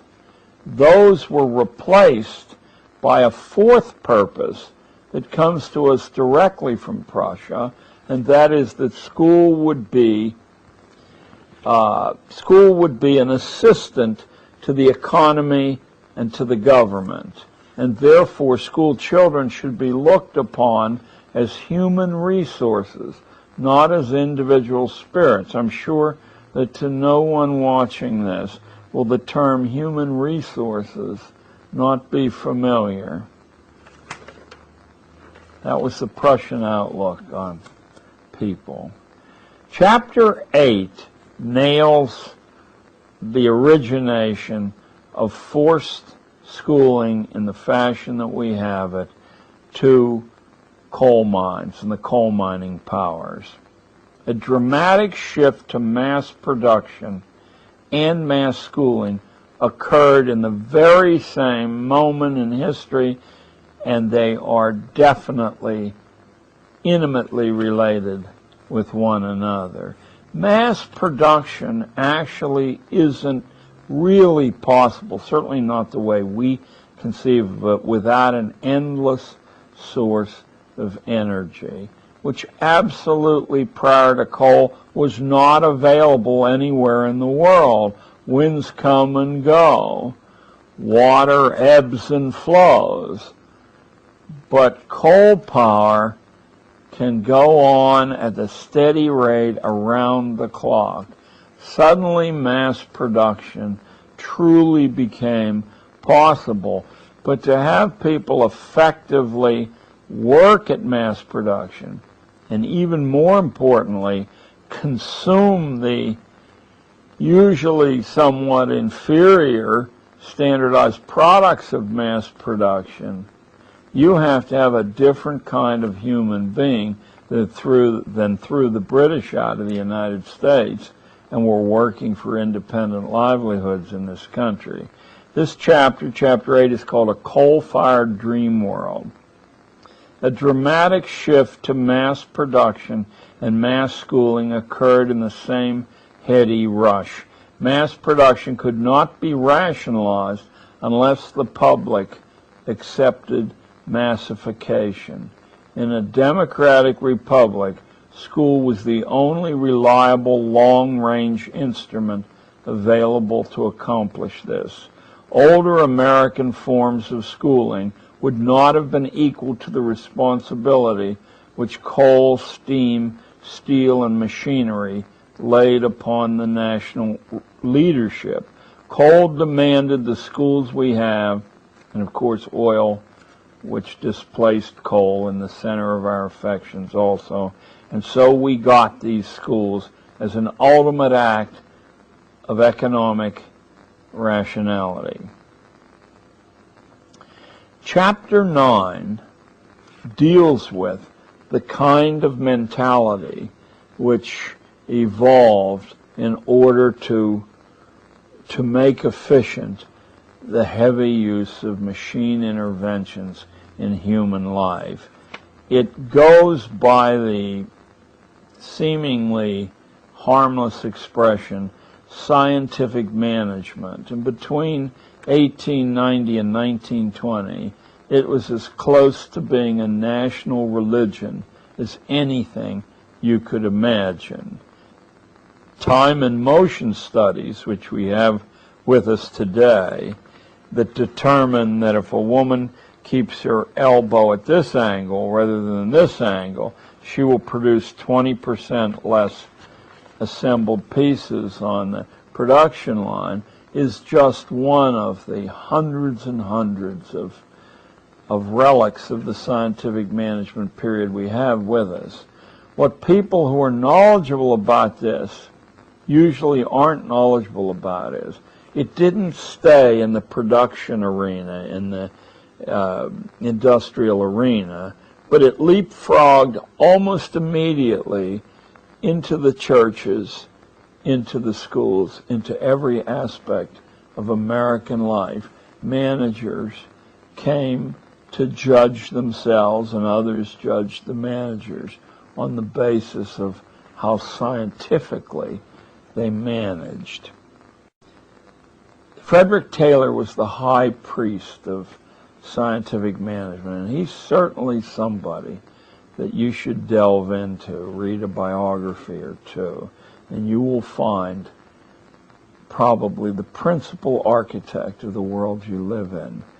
In the past, Frederick Taylor wrote, he was the scientific management engineer for the Carnegies and the Rockefellers.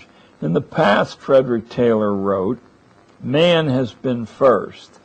By the way, he also invented the slip-on shoe because it was more efficient than a shoe that had to be tied. In the past, Frederick Taylor wrote, "Man has been first. In the future, system must be first." The thought processes of the standardized worker had to be standardized too in order to render him a dependable consumer. Forget efficiency in production if you can't get efficiency in consumption. Now think about that for just a short instant.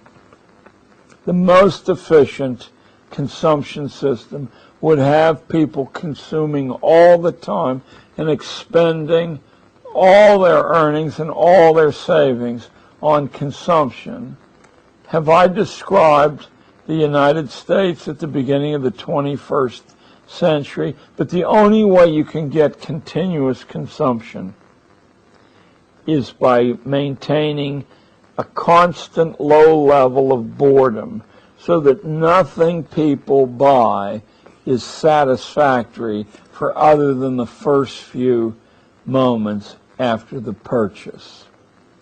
Think only of your computer, which you know, even if you bought it today as you listen to me, is already obsolete because none of the computer companies would release a generation of computers if they didn't already have the replacement generation in hand.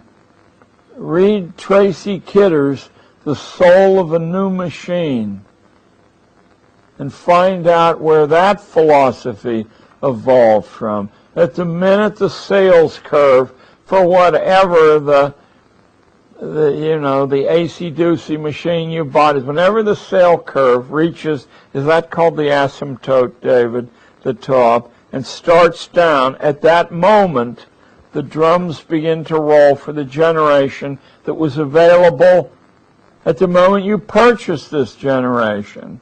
and it is tooled up and moved onto scene. Of course, its replacement, too, stands in the wings waiting for you to continuously consume and be dissatisfied with this machinery. The same thing's true of automobiles. It's true of everything, because that's the logic of scientific management. You have to reach a point in human life where everything and anything machines make will be consumed enthusiastically. Well, they make an awful lot of stuff. Fortunately, the United States of America is there to consume it.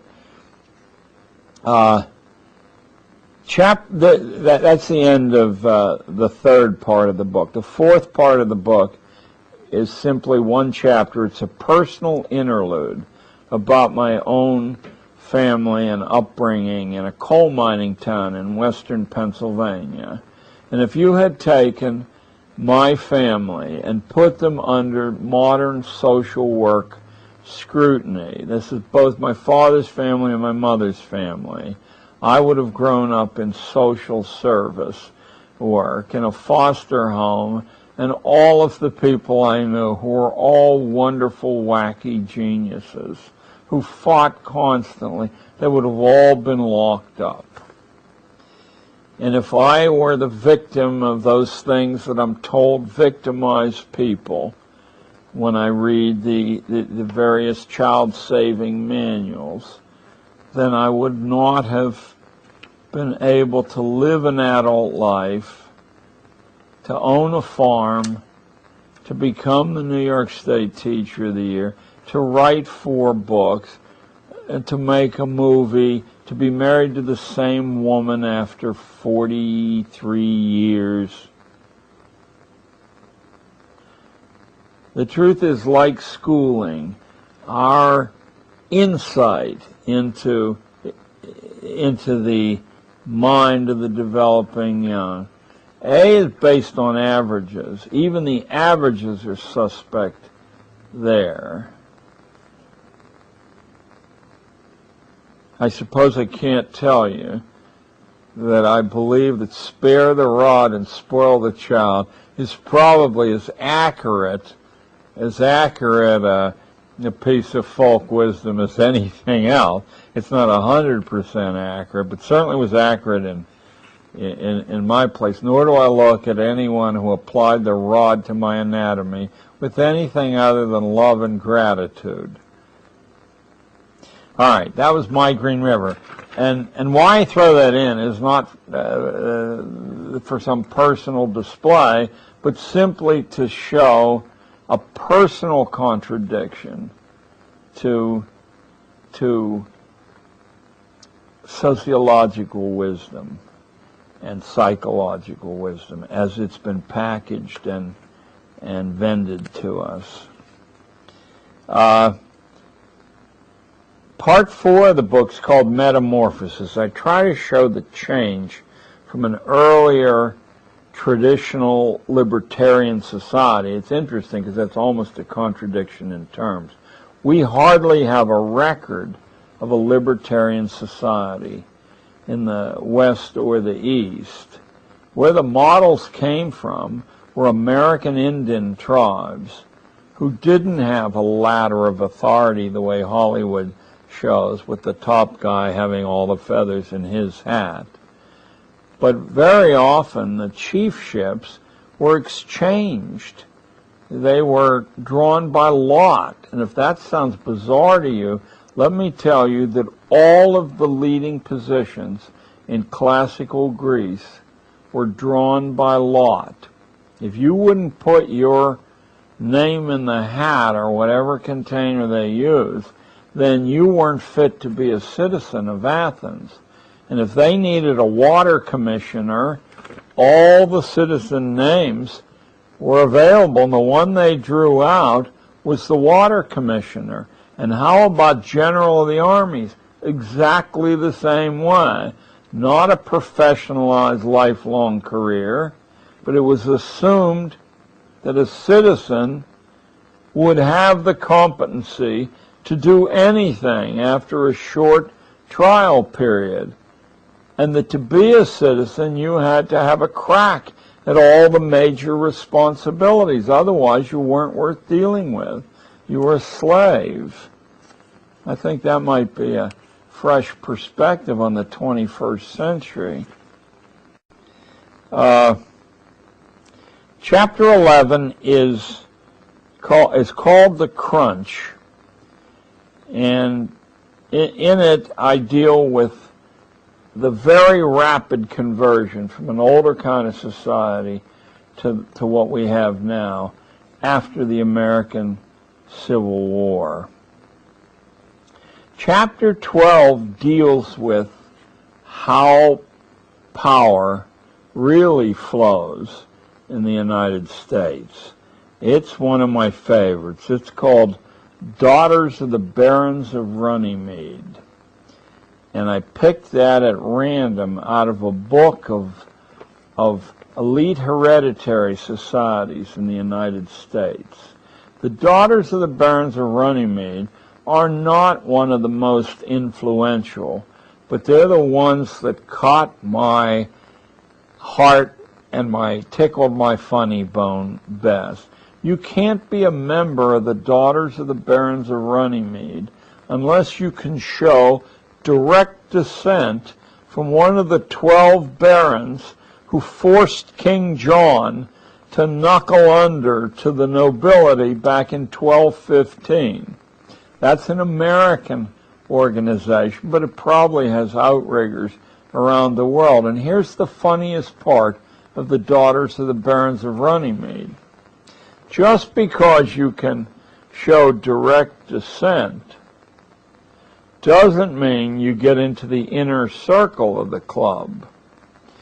The only people who are allowed in the inner circle of the daughters are people who descend from one of the barons who had some special knightly decoration. The rest of them are just common fodder, even though they've traced their ancestry for 800 years. Now, my levity aside, there are extremely important hereditary societies in the United States. The Order of the Cincinnati is one of them.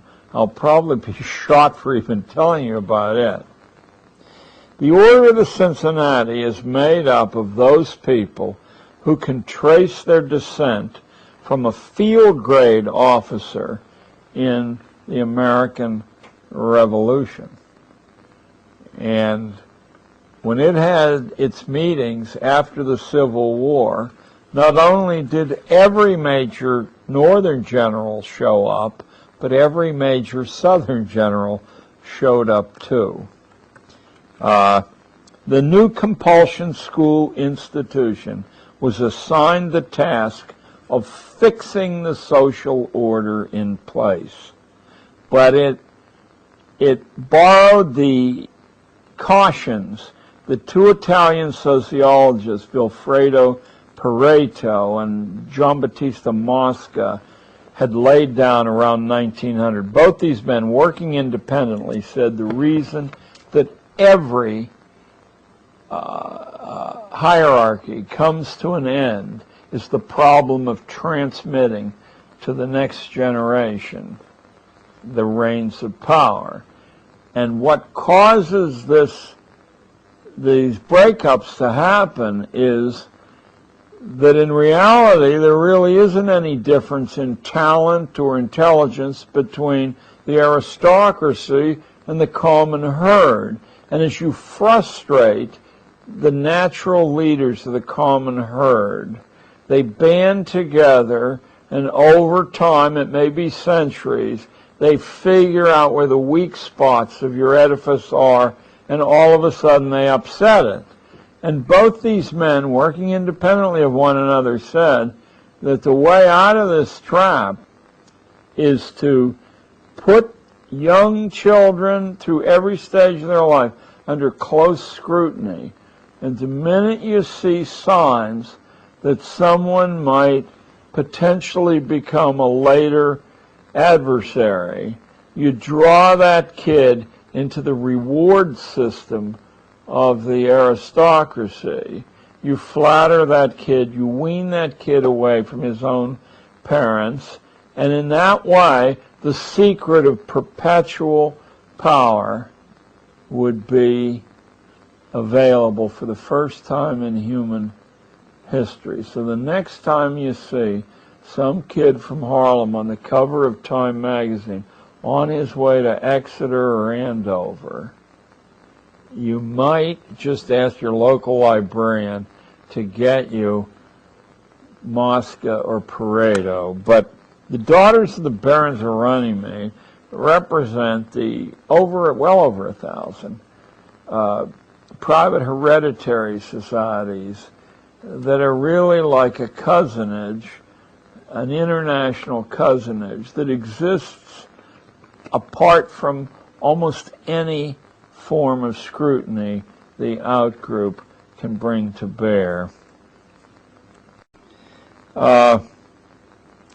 Chapter 11 is called The Crunch, and in it I deal with the very rapid conversion from an older kind of society to what we have now after the American Civil War. Chapter 12 deals with how power really flows in the United States. It's one of my favorites. It's called Daughters of the Barons of Runnymede. And I picked that at random out of a book of elite hereditary societies in the United States. The Daughters of the Barons of Runnymede are not one of the most influential, but they're the ones that caught my heart and tickled my funny bone best. You can't be a member of the Daughters of the Barons of Runnymede unless you can show direct descent from one of the 12 barons who forced King John to knuckle under to the nobility back in 1215. That's an American organization, but it probably has outriggers around the world. And here's the funniest part of the Daughters of the Barons of Runnymede. Just because you can show direct descent doesn't mean you get into the inner circle of the club. The only people who are allowed in the inner circle of the Daughters are people who descend from one of the barons who had some special knightly decoration. The rest of them are just common fodder, even though they've traced their ancestry for 800 years. Now, my levity aside, there are extremely important hereditary societies in the United States. The Order of the Cincinnati is one of them. I'll probably be shot for even telling you about it. The Order of the Cincinnati is made up of those people who can trace their descent from a field grade officer in the American Revolution. And when it had its meetings after the Civil War, not only did every major Northern general show up, but every major Southern general showed up too. The new compulsion school institution was assigned the task of fixing the social order in place. But it borrowed the cautions that two Italian sociologists, Vilfredo Pareto and Giambattista Mosca, had laid down around 1900. Both these men, working independently, said the reason that every hierarchy comes to an end is the problem of transmitting to the next generation the reins of power. And what causes these breakups to happen is that in reality there really isn't any difference in talent or intelligence between the aristocracy and the common herd. And as you frustrate the natural leaders of the common herd, they band together, and over time, it may be centuries, they figure out where the weak spots of your edifice are, and all of a sudden they upset it. And both these men, working independently of one another, said that the way out of this trap is to put young children through every stage of their life under close scrutiny. And the minute you see signs that someone might potentially become a later adversary, you draw that kid into the reward system of the aristocracy.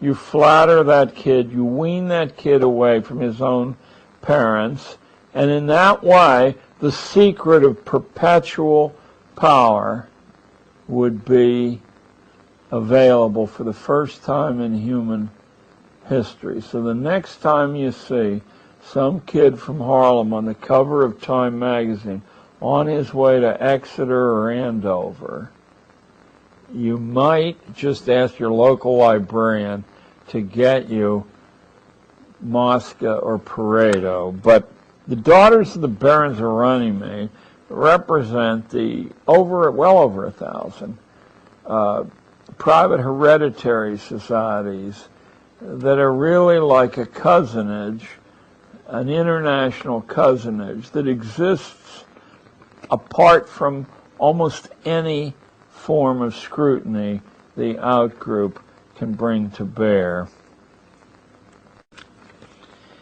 Chapter 13 is called The Empty Child, and that was originally the title of this monster book, The Empty Child. It has to do with the contributions of psychology and philosophy to this pot of this leadership pot. The basic hypothesis of utopia building, and obviously what we're running is a utopia here. May not be a utopia for you, but let me tell you, it's a utopia for, dare I say, the Bush family or the Clinton family. The basic hypothesis of utopia building is that the structure of personhood can be broken and reformed again and again, that people are plastic, or that they're empty and can be filled according to specification. The notion that children were empty vessels was the most important concept which inspired social architects and engineers to believe that schools could be remade into socialization laboratories under central mandate. Chapter 14, in some ways, is my favorite chapter in the book because it originated in a speech I gave immediately after the Dalai Lama spoke in Boulder, Colorado, and I had sat directly in front of the Dalai Lama, staring in his eyes while he spoke, and when he was done, I got up and spoke to a tent full of people who I think paid $500 a ticket to get in, certainly not to see me. But I was inspired to reach some kind of height beyond the ordinary. I must have taken 90 days to write this talk. It's called Absolute Absolution, and it deals with the necessity of throwing God out of government schooling. God was pitched out of government schooling on his ear after World War II. This was not because of any bogus constitutional prohibition,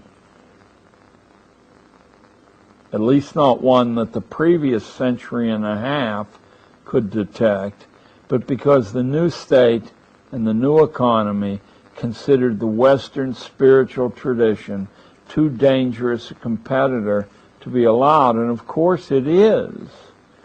When you issue a wild card to every citizen that says you may appeal beyond the decision of our managers and experts to an invisible guide,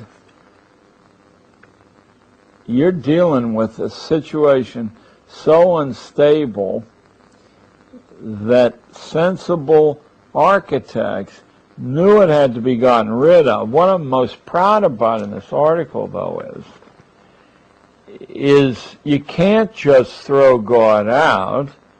What you have to do is find a way to replace the functions that God serves. I can't give you a religious lecture here, but obviously one of those functions is to deal with the inevitable universal aging, sickness, and death that we all will encounter.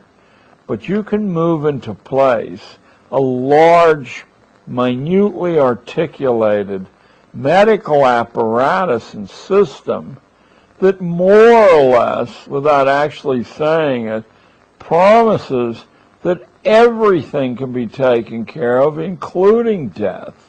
It's just a matter of time, isn't it? Until we don't have to die. It seems to me I hear that message daily from the medical system. And there are other things, that functions. God holds your hand when you realize that paying the penalty of the forbidden fruit in Genesis, that you're going to have to labor by the sweat of your brow for your bread. Well, no, you don't. You live in the United States. Only fools work. Don't you get stock options, or aren't you in a privileged occupation where the idea of your resources shriveling up don't exist? They constantly renew themselves.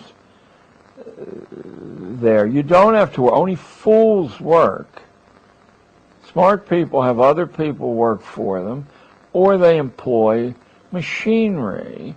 We're not fighting a war in Iraq. Our machines are so superior to the Iraqi machines, which, by the way, we sold them. So it's our new generation of machines against our older generation machines, that I think we should award the medals to our machinery in appropriate ceremonies. Anyway, absolute absolution deals with the problem of God, why spirits are dangerous, and what actually the Western outlook on religion teaches. It's an amazing code of easily accessible strengths. Chapter 15 is the psychopathology of everyday schooling. None of the familiar school sequences, none of them, are defensible by any of the known rules of evidence. You could not bring a case to court that this has to be this way, or the division into social studies and so on has to be that way. They're quite indefensible. They're all arbitrary, because you have to do something as long as you're going to confine these kids. They're all grounded in superstition or class propaganda or aesthetic or philosophical prejudices of one sort or another. For instance, and this I think will be directly useful to you if you're a homeschooler, Pestalozzi's famous formula of simple to complex is a prescription for disaster in the classroom. This is not the way people learn. They learn from a kind of random selection up and down the ladder that keeps them feeling the zest of the chase. And sometimes, very often, you can reverse the ladder, and it works just as well. In fact, there were famous experiments. I have to tell you this. I hope I can remember the name. If I can, it was Penn State University in central Pennsylvania, and the years, I believe, were the middle 70s. I'm reaching, but this old mind, but these are quite famous experiments. The Pennsylvania State University Psych Department took the physics textbook for freshman physics, which I believe was a required course so that all freshmen had to take it. And they scrambled the pages at random, mind you. So often you'd get to the end of a page and you'd be on a different concept in the middle of a sentence, the former concept. And they applied that. This is some more evidence of the way schools are used as laboratories of experimentation on kids. They applied that to a few sections of the freshman physics course, and everybody else got the regular, careful, simple to complex ladder system. On the standardized examinations that measured supposedly proficiency in physics knowledge, there was no difference at all between the group that got a textbook that was made up of pages that had just been put together at random versus the ones who had the scientifically organized and rational thing. But I had too much experience with kids, and I had too much bad experience with simple to complex in my own life and also my teaching career, not to say, you're nuts if you buy that bilge. The last part of the book is called The Prison of Modern Schooling. And chapter 16, I believe there's 18 chapters in my book, so we're near the end. Yes. Chapter 16 is called A Conspiracy Against Ourselves.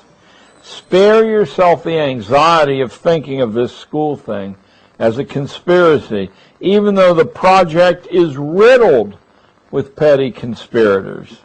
It was and is a fully rational transaction in which all of us play a voluntary part. That is, you can step off this treadmill at any moment you want and actually do this education thing the right way. You can just step off the treadmill and walk away. It was and is a fully rational transaction, and you play a voluntary part in it. You trade the liberty of your kids, as all of us trade our free will, for a stable social order and a prosperous economy. Now, I want to modify that a little bit. We had a prosperous economy in every single phase of American history. It's just that the corporate economy is much more prosperous than the economy of independent livelihoods, which is to say, more stuff is available and more legal tender to buy the stuff with is available under the corporate system. The cost is your mind and your character to have that extra bit of stuff. The society is much more stable than it would be because no one knows how to rock the boat, or very few people know how to rock the boat there. And when you look in earlier periods of American society, it was always turbulent because it was supposed to be turbulent. That's what they failed to tell you in social studies, that the whole American charter is meant to provoke constant argument. It's meant to make doing anything that changes the past difficult to do. It's a test of whether it's really worth doing that we make it so hard to do. For the Supreme Court to cooperate with the White House, to cooperate with both houses of Congress, is a nightmare. That's exactly what we fled when we came here. Of course, you can't argue very effectively unless your mind is developed and your understanding and your insight, unless you can speak in public and write in public. That's why we don't bother to let you know how to do those things, even though they're child's play to do. Because then you'd be able to argue effectively You would restore the America of Andrew Jackson. Who wants that? Not Unilever, I can tell you. Not Coca-Cola, I can tell you. Not General Dynamics, I can tell you. Why would they want that kind of competition, that kind of obstructionism? So it's a conspiracy against ourselves. You and I have entered into a devil's bargain in which most of us agree to live our lives through as children. We may be a little bit less childish than the actual children, but not much.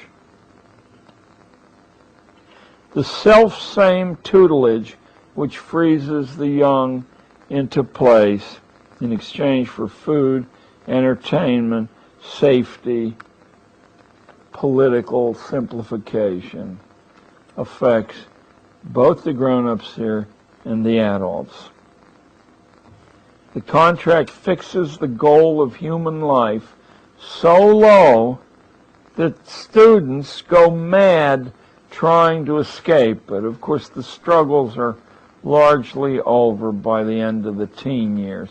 That has nothing to do with the claims of hormones and biology. It's the light that goes out of your eyes or goes out of your house pet's eyes when it realizes that it's never going to be allowed to go out into the world. Chapter 17 is the nitty-gritty. It's the politics of schooling.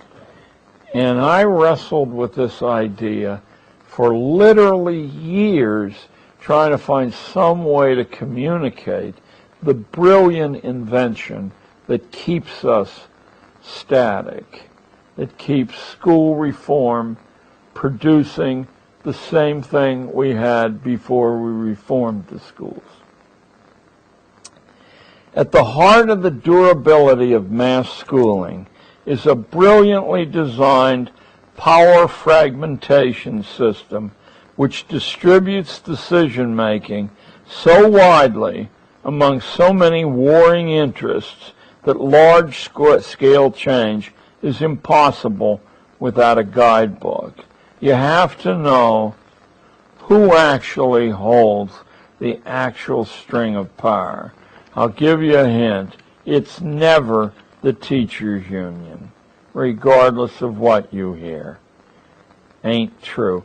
The power's fragmented into 18 separate compartments, each one of which I talk about in the book. People who accomplish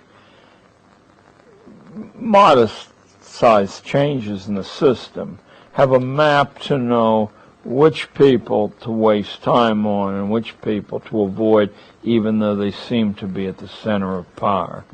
For those of you out there with a gleam in your eye saying, I've heard that idea before, you're right. You heard that idea in Thomas Hobbes' Leviathan, written in the first quarter of the 17th century, in which Hobbes says that wherever power seems to be, that you can be sure is not where it is. And the whole shtick, sort of an Eastern Yiddish word, the whole shtick of getting anything accomplished is actually not to beat your head against the ladders of authority, because they don't lead to the authority. It's to discover where the authority is and home in on that. So, the politics of schooling. And of course, each one of these compartments of supposed power have to be paid off. That's why these darn government schools are so expensive. I'll give you just one example from my experience. In the last school I taught in, I was given a former science room on the third floor of the building for my room. I'm saying a former science room on purpose because those huge slate tables with sinks in were still in the room. But sometime during the school year, the custodian came in and removed all those desks. What he didn't notice, or probably was just indifferent about, is that the legs had been embedded in the floor, and when he removed the desks, in some places there were holes that went straight down to the next classroom. And so my kids, being an enterprising lot, would make spitballs, and dare I say it, would even wad up used toilet paper and drop it through those holes into the screaming class beneath. Eventually this reached the principal's ears, and he came to my door and he said, "I demand that you stop that." And I said I asked for permission to stop it. It would have taken 10 minutes. I'd go out and buy some patches, and I'd put them down myself over these holes, and that would be the end of the temptation. But I was informed by the custodian that that was illegal. So he stormed out of the room, and then he came back, and he said, "Right, you have to go through the chain of command." "Okay," I said, "start me on this procedure of getting these holes repaired. But don't ask me to stand over these holes, because they're all over the room, and if I look one way, the stuff will get down another hole." They were dropping also ball bearings down those holes, which is really smart when they bounce off your noggin. So the custodian wouldn't tell me this, but eventually, by dint of gruesome research, I discovered how many sign-offs had to be made before a team was dispatched from 25 miles away in Brooklyn to come and fix that repair. 8 separate levels of authority had to sign off on that, beginning with the custodian of my building and then the principal. But there were still 6 hoops to jump through, and then they didn't come. I misspoke. They didn't come to fix the holes. They came to inspect the problem. I want you to know that the whole procedure took 8 months for work that any journeyman could have finished in a half an hour, including purchasing the supplies to do it. And duplicate that experience by thousands and thousands of repairs in the 1,000-odd schools in New York City that are under the central system.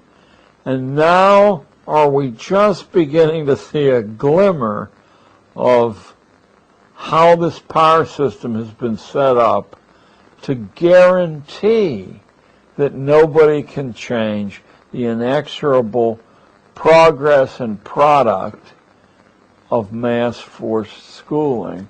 Absolutely fascinating. The last chapter is called Breaking Out of the Trap.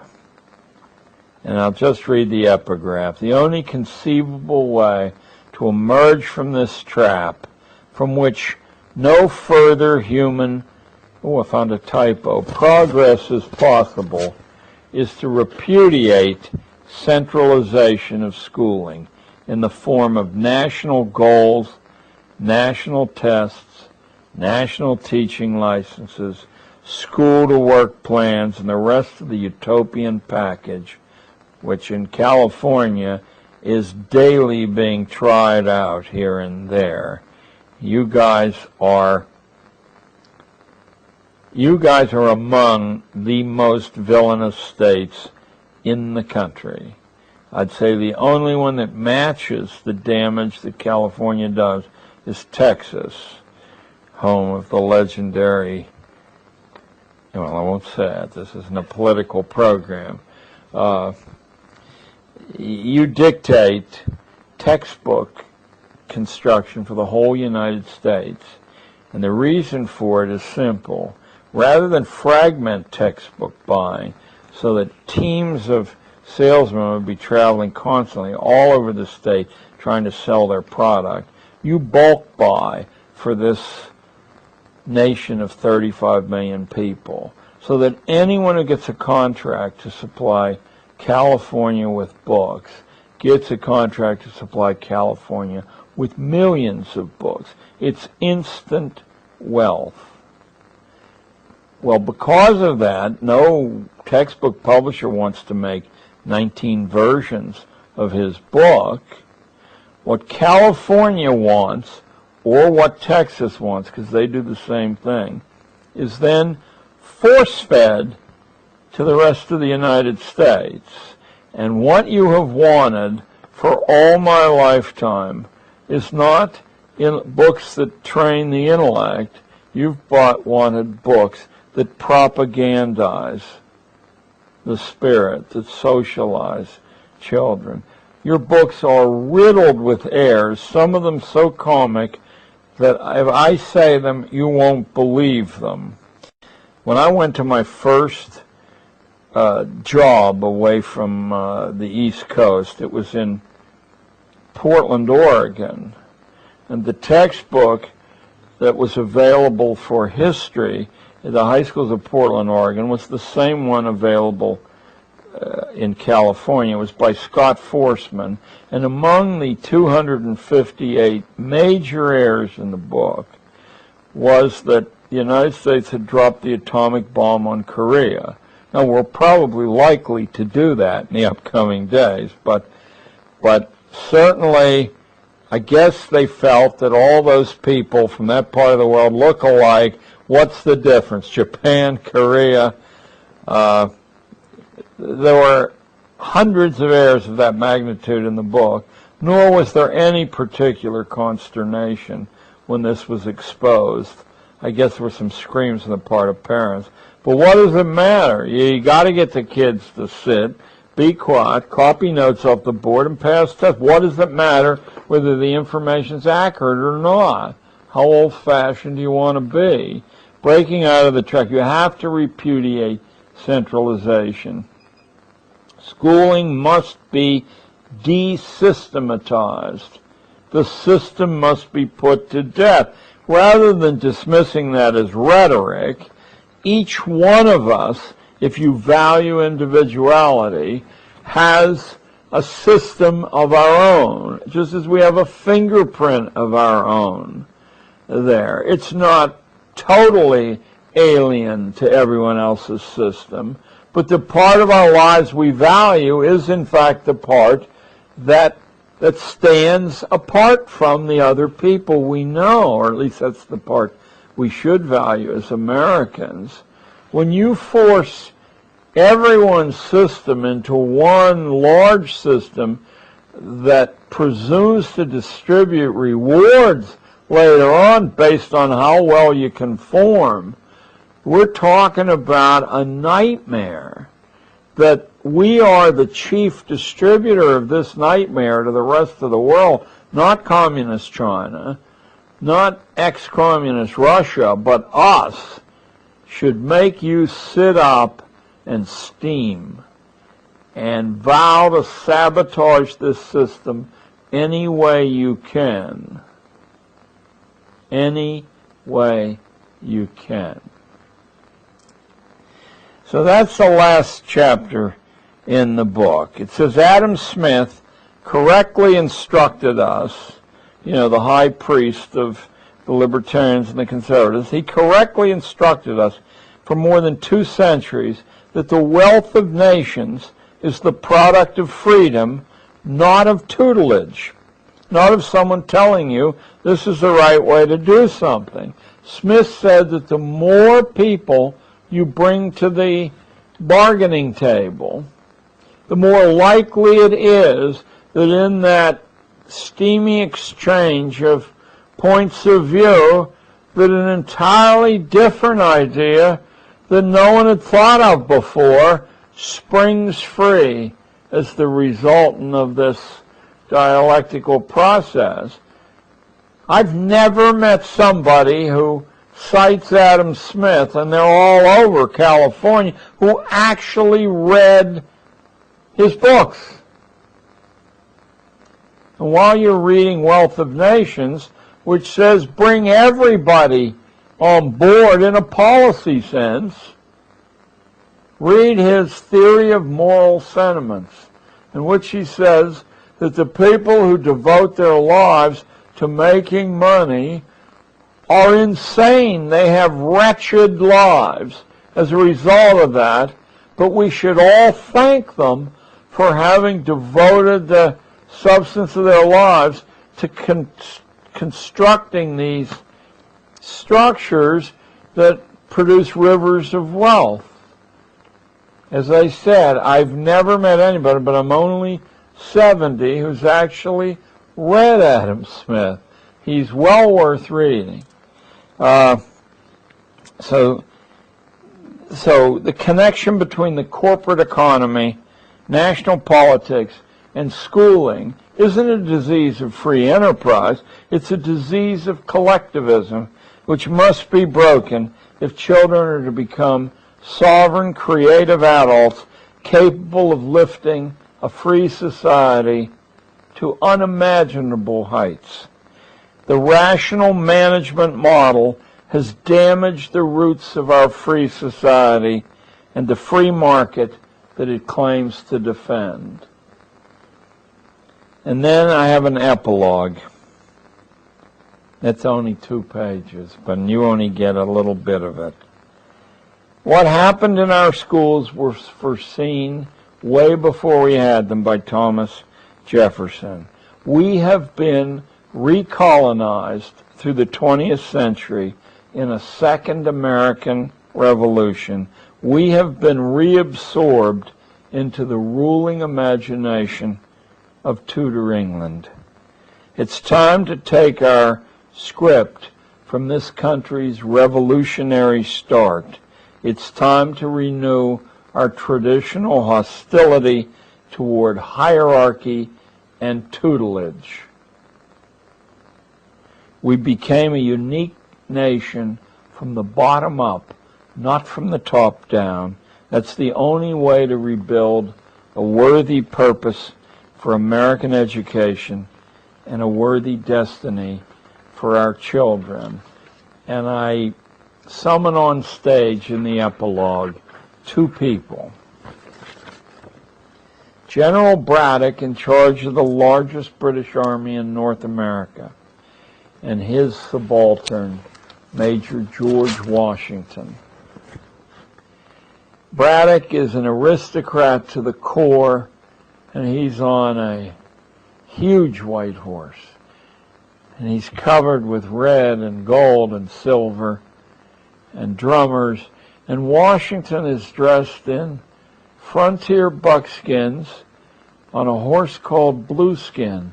There's a gray. And both of them are beckoning us into a different future.